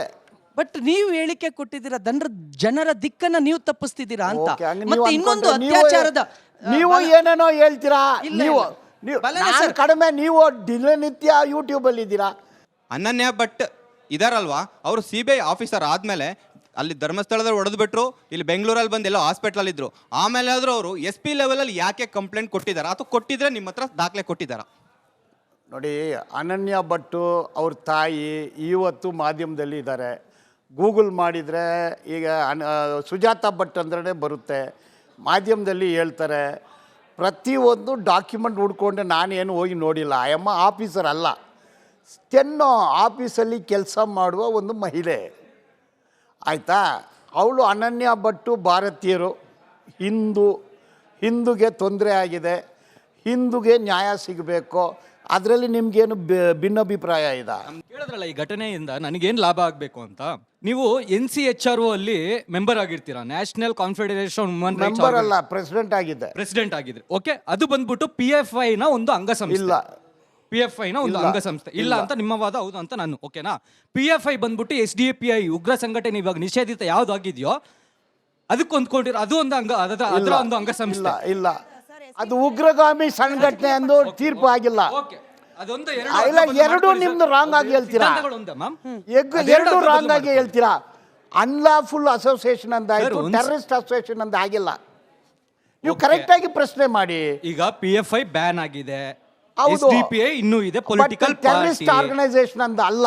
ಟೆರರಿಸ್ಟ್ ಆರ್ಗನೈಸೇಷನ್ ಅಂತ ಬ್ಯಾನ್ ಆಗಿಲ್ಲ. ಇಲ್ಲ, ಬಟ್ ಅಲ್ಲಿರೋರೆಲ್ಲ ಟೆರರಿಸ್ಟ್ ಮನಸ್ಥಿತಿಗಳು ಹೊಂದಿರೋರು. ಅದು ನಿಮ್ಮ ಅನಿಸಿಕೆ. ಲಾಭಗಳೇನಂತ ಕೇಳ್ತಾವ್ರಲ್ಲ ಸರ್. ಈ ಘಟನೆಯಿಂದ ಈ ಒಂದು ರಾಷ್ಟ್ರದ ಅಸ್ಮಿತೆಯನ್ನ, ಸನಾತನ ಧರ್ಮವನ್ನ, ಈ ರಾಷ್ಟ್ರದ ಹಿಂದುತ್ವವನ್ನ ಒಡೆದು ವಿಭಜನೆ ಮಾಡಿ, ವೋಟ್ಗಳ ಕಳ್ಳತನ ಮಾಡಿ ಈ ದೇಶನ ಗಜ್ವಾಯೇ ಯಾವತ್ತೂ ಕಂಟೆಸ್ಟ್ ಮಾಡಿಲ್ಲ. ಯಾವ ಪಾರ್ಟಿ ಇದುವರೆಗೆ ನಾನು ಓಟೇ ಹಾಕಿಲ್ಲ. ಈಗ ನಿರ್ಣಾಯಕ ಘಟ್ಟವನ್ನ ತಲುಪ್ತಾ ಇದೆ SIT ತನಿಖೆ. ಈತ ತೋರಿಸಿದ ಜಾಗಗಳಲ್ಲಿ ಈತ ಹೇಳ್ತಾ ಇರೋ ರೀತಿಯಲ್ಲಿ ಮೂಳೆ ಸಿಗ್ತಾ ಇಲ್ಲ. ನಾನು ಹೈಪೋಥೆಟಿಕಲ್ ಆಗಿ ಪ್ರಶ್ನೆ ಕೇಳ್ತಿದ್ದೀನಿ, because you are a lawyer. ಇಂಥ ಅನೇಕ ಪ್ರಕರಣಗಳನ್ನು ನೀವು ನೋಡಿರ್ತೀರಿ. ಯಾರು ಆರೋಪ ಹೊತ್ಕೊಂಡು ಬಂದಿರ್ತಾರೆ, ಅವ್ರ ಆರೋಪದಲ್ಲಿ ಹುರುಳಿಲ್ಲ ಅಂತಂದ್ರೆ ಅವ್ರ ಮೇಲೇನೆ ಪ್ರಕರಣ ತಿರುಗೋ ಸಾಧ್ಯತೆ. ಈ ಪ್ರಕರಣದಲ್ಲಿ ಹಂಗಾಗತ್ತಾ? ಆಗೋ ಸಾಧ್ಯತೆ ಬರ್ತಾ ಇದೆ. ಅವನು ಅಷ್ಟು ಮಾತ್ರ ಇಲ್ಲ, ಬುರುಡೆ ಮಾತ್ರ ಅಲ್ಲ. ಅವನು ಹೇಳಿದ್ದು ಊತ ಹಾಕಿದ್ದೀನಿ, ಇವ್ರು ತಂದು ಕೊಟ್ಟರು ಅಂದು ಹೇಳಿದ್ದಾನೆ. ಅವ್ರು ಯಾರು? ಅವ್ರಿಗೆ ಎಲ್ಲಿಂದ ಬಂತು? ಅವ್ರು ಯಾರು? ಯಾವ ಆಗಂದಲ್ಲಿ ಬಂತು? ಅದೇನು ಎನಗಳು ಯಾರು ಅಪ್ಡೇಟ್ ಮಾಡಿದ್ರು? ಇದು ಸುಮಾರು ವಿಷಯಗಳಿದೆ, ಇದು ಐಸೋಲೇಟೆಡ್ ಅಲ್ಲ. ಬಾಲನ್ ಸರ್, ನನ್ನ ಕಡೆ ಪ್ರಶ್ನೆ, ಈ ದೇಶದಲ್ಲಿ ನಮ್ಮ ಸಂವಿಧಾನವೇ ನಮ್ಮ ಧಾರ್ಮಿಕ ಶ್ರದ್ಧೆಗೂ ಕೂಡ ಹಕ್ಕನ್ನ ಕೊಟ್ಟಿದೆ, ಪ್ರತಿಯೊಬ್ಬರಿಗೂ ಕೂಡ. ಹೆಣ್ಣು ಮಕ್ಕಳಿಗೆ ನ್ಯಾಯ ಸಿಗಬೇಕು. ನಾನು ಅದನ್ನ ಪಕ್ಕಕ್ಕಿಟ್ಟು ಕೇಳ್ತಾ ಇದ್ದೀನಿ. ಹಾಗಾದ್ರೆ ಧಾರ್ಮಿಕ ಶ್ರದ್ಧೆ ಮೇಲೆ ಆಗ್ತಾ ಇರುವ ಆಘಾತಕ್ಕೆ ನ್ಯಾಯ ಕೇಳೋದು ತಪ್ಪ? ಧಾರ್ಮಿಕ ಶ್ರದ್ಧೆ, ಆ ಶ್ರದ್ಧಾ ಕೇಂದ್ರದ ಮೇಲೆ ಆಗ್ತಿರುವ ಆಘಾತವನ್ನು ಸಹಿಸ್ಲಿಕ್ಕೆ ಸಾಧ್ಯ ಆಗದೆ ನಾವು ಹೋರಾಟ ಮಾಡ್ತೀವಿ ಅನ್ನೋದು ತಪ್ಪ? ಆರ್ಟಿಕಲ್ 25, 26, 27 ಎಲ್ಲ ಧರ್ಮದವ್ರಿಗೂ ಸೇಮ್ ಹಕ್ಕಿದೆ. ಆರ್ಟಿಕಲ್ 26 ಪ್ರಕಾರ ಧಾರ್ಮಿಕ ಭಾವನೆಗಳಿಗೆ ಧಕ್ಕೆ ಉಂಟು ಮಾಡಿದ್ರೆ ಅವರು ಶಿಕ್ಷಾರ್ಹ ಆಗ್ತಾರೆ. ಹೌದೌದು, ನೋ ಡೌಟ್. ಶಿಕ್ಷೆಯನ್ನ ಅನುಭವಿಸ್ಲಿಕ್ಕೆ ಯಾರೆಲ್ಲ ಧರ್ಮಸ್ಥಳದ ವಿರುದ್ಧ ಆರೋಪ ಮಾಡ್ತಿದ್ದಾರೆ, ನಿಜಾನೇ, ಸುಳ್ಳು ನಿಜ ಬೇರೆ ಬೇರೆ. ಧರ್ಮ ರೈಟ್. ಸಂವಿಧಾನದಲ್ಲಿ, ಪ್ರಜಾಪ್ರಭುತ್ವದಲ್ಲಿ ಒಬ್ಬನ ಮೇಲೆ ಆರೋಪ ಹೊರಿಸಬೇಕು ಅಂದ್ರೆ ಮೊದಲು ಏನ್ ಮಾಡ್ಬೇಕು ಸರ್? FIR ದಾಖಲಾಗಬೇಕು. ವಿತೌಟ್ FIR ಒಬ್ಬನ್ನ ಆರೋಪಿ ಅಂತ ಹೇಗೆ ಕರಿತೀರಾ? ಈಗ ಎಲ್ಲರೂ ಕರೀತಿದ್ದಾರೆ, ಕಾಮಾಂಧ್ರು ಅಂತ ಇದ್ದಾರೆ. FIR ಕಾಗ್ನಿಸಬಲ್ ಅಫೆನ್ಸು, ನಾನ್ ಕಾಗ್ನಿಸಬಲ್ ಅಫೆನ್ಸ್ ಅಂದಿದೆ. ನಾನ್ ಕಾಗ್ನಿಸಬಲ್ ಅಫೆನ್ಸ್ಗೆ FIR ಬರೋದಿಲ್ಲ. Only cognisable offence. ನಮ್ಮದೇ ಕಾರ್ಯಕ್ರಮದಲ್ಲಿ ಬಾಲನ್ ಅವರು ಒಪ್ಕೊಂಡಿದ್ದಾರೆ, ಯಾರ ವಿರುದ್ಧನಾದ್ರೂ ನಿಮ್ಮ ಹತ್ರ ಸಾಕ್ಷಿ ಇದ್ರೆ, ಅದು ಮಟ್ಟಣ್ಣನವರಾದ್ರೂ ಪರವಾಗಿಲ್ಲ, ತಿಮ್ಮರೋಡಿ ಆದ್ರೂ ಪರವಾಗಿಲ್ಲ, ಅವ್ರ ವಿರುದ್ಧ ದಾಖಲೆ ಇದ್ದು ಫೀಸ್ ಕೊಟ್ರೆ ಅವ್ರ ವಿರುದ್ಧ ಕೂಡ ವಕಾಲತ್ ಒಗ್ಸಕ್ಕೆ ರೆಡಿ ಇದಾರಂತೆ. ಪ್ಲೀಸ್ ಕೇಸ್ ತಗೊಂಡು ಹೋಗಿ. ಎನಿವೆ, ಧನ್ಯವಾದ ಸರ್. ಅವ್ರು ಕ್ಲಿಯರ್ ಆಗಿ ಹೇಳಿದ್ದಾರೆ, ಫೀಸ್ ಕೊಟ್ಟು ನ್ಯಾಯಬದ್ಧವಾಗಿ ಒಬ್ಬ ವಕೀಲರಿಗೆ ಏನು ಫೀಸ್ ಕೊಡಬೇಕು ಫೀಸ್ ಕೊಟ್ಟು ಅವ್ರ ವಿರುದ್ಧವಾಗಿ ನಿಮ್ಮ ಹತ್ರ ಸಾಕ್ಷಿ ಇದ್ರೆ ದಯಮಾಡಿ ತಗೊಂಡು ಹೋಗಿ. ಹಾಗೆ ಮತ್ತೊಮ್ಮೆ ನೆನಪು ಮಾಡ್ತಿದ್ದೀನಿ, ಆರ್ಟಿಕಲ್ 26 ನಮ್ಮ ಧಾರ್ಮಿಕ ಶ್ರದ್ಧೆ ಮೇಲಾಗುವ ಆಘಾತಗಳಿಗೆ ಕಾನೂನಾತ್ಮಕವಾಗಿ ಶಿಕ್ಷೆಯನ್ನ ಕೊಡಲಿಕ್ಕೆ ಅವಕಾಶವನ್ನು ಕೊಟ್ಟಿದೆ. ಪ್ರತಿ ಮಾತು ಇರುತ್ತೆ. ನಿಜವಾಗ್ಲೂ ಧರ್ಮಸ್ಥಳದ ಮೇಲೆ ಆಗ್ತಾ ಇರೋದು ಡೆಲಿಬ್ರೇಟ್ ಅಟ್ಯಾಕ್ ಅಂತ ಅನ್ನಿಸ್ತಾ ಇದ್ರೆ, ನೀವು ಕೂಡ ಯಾರಿಗೆಲ್ಲ ಶ್ರದ್ಧೆ ಇದೆ ನೀವು ಕೂಡ ಕೇಸ್ ಹಾಕ್ಲಿಕ್ಕೆ ಅವಕಾಶ ಇದೆ. ಅದನ್ನು ವಾದ ಮಾಡಲಿಕ್ಕೆ ಬಾಲನ್ ಸರ್ ಬರ್ತಾರೋ ಇಲ್ಲೋ ಗೊತ್ತಿಲ್ಲ. ಈ ದೇಶದಲ್ಲಿ ಅನೇಕ ವಕೀಲರಿದ್ದಾರೆ, ಉಪಯೋಗಿಸ್ಕೊಳ್ಳಿ ಕಾನೂನು ಅಂತ ಹೇಳ್ತಾ ಇವತ್ತಿನ ಕಾರ್ಯಕ್ರಮ ಮುಗಿಸ್ತಾ ಇದ್ದೀನಿ. ಧನ್ಯವಾದ ಎಲ್ರಿಗೂ ಕೂಡ, ವಿಶೇಷವಾಗಿ Balan sir, thank you so much. ಧನ್ಯವಾದ. ಸಮಯ ಇದ್ದದಷ್ಟೇ. ನೋಡ್ತಾ ಇರಿ ರಿಪಬ್ಲಿಕ್ ಕನ್ನಡ, ಇದು ನಿಮ್ಮ ಧ್ವನಿ.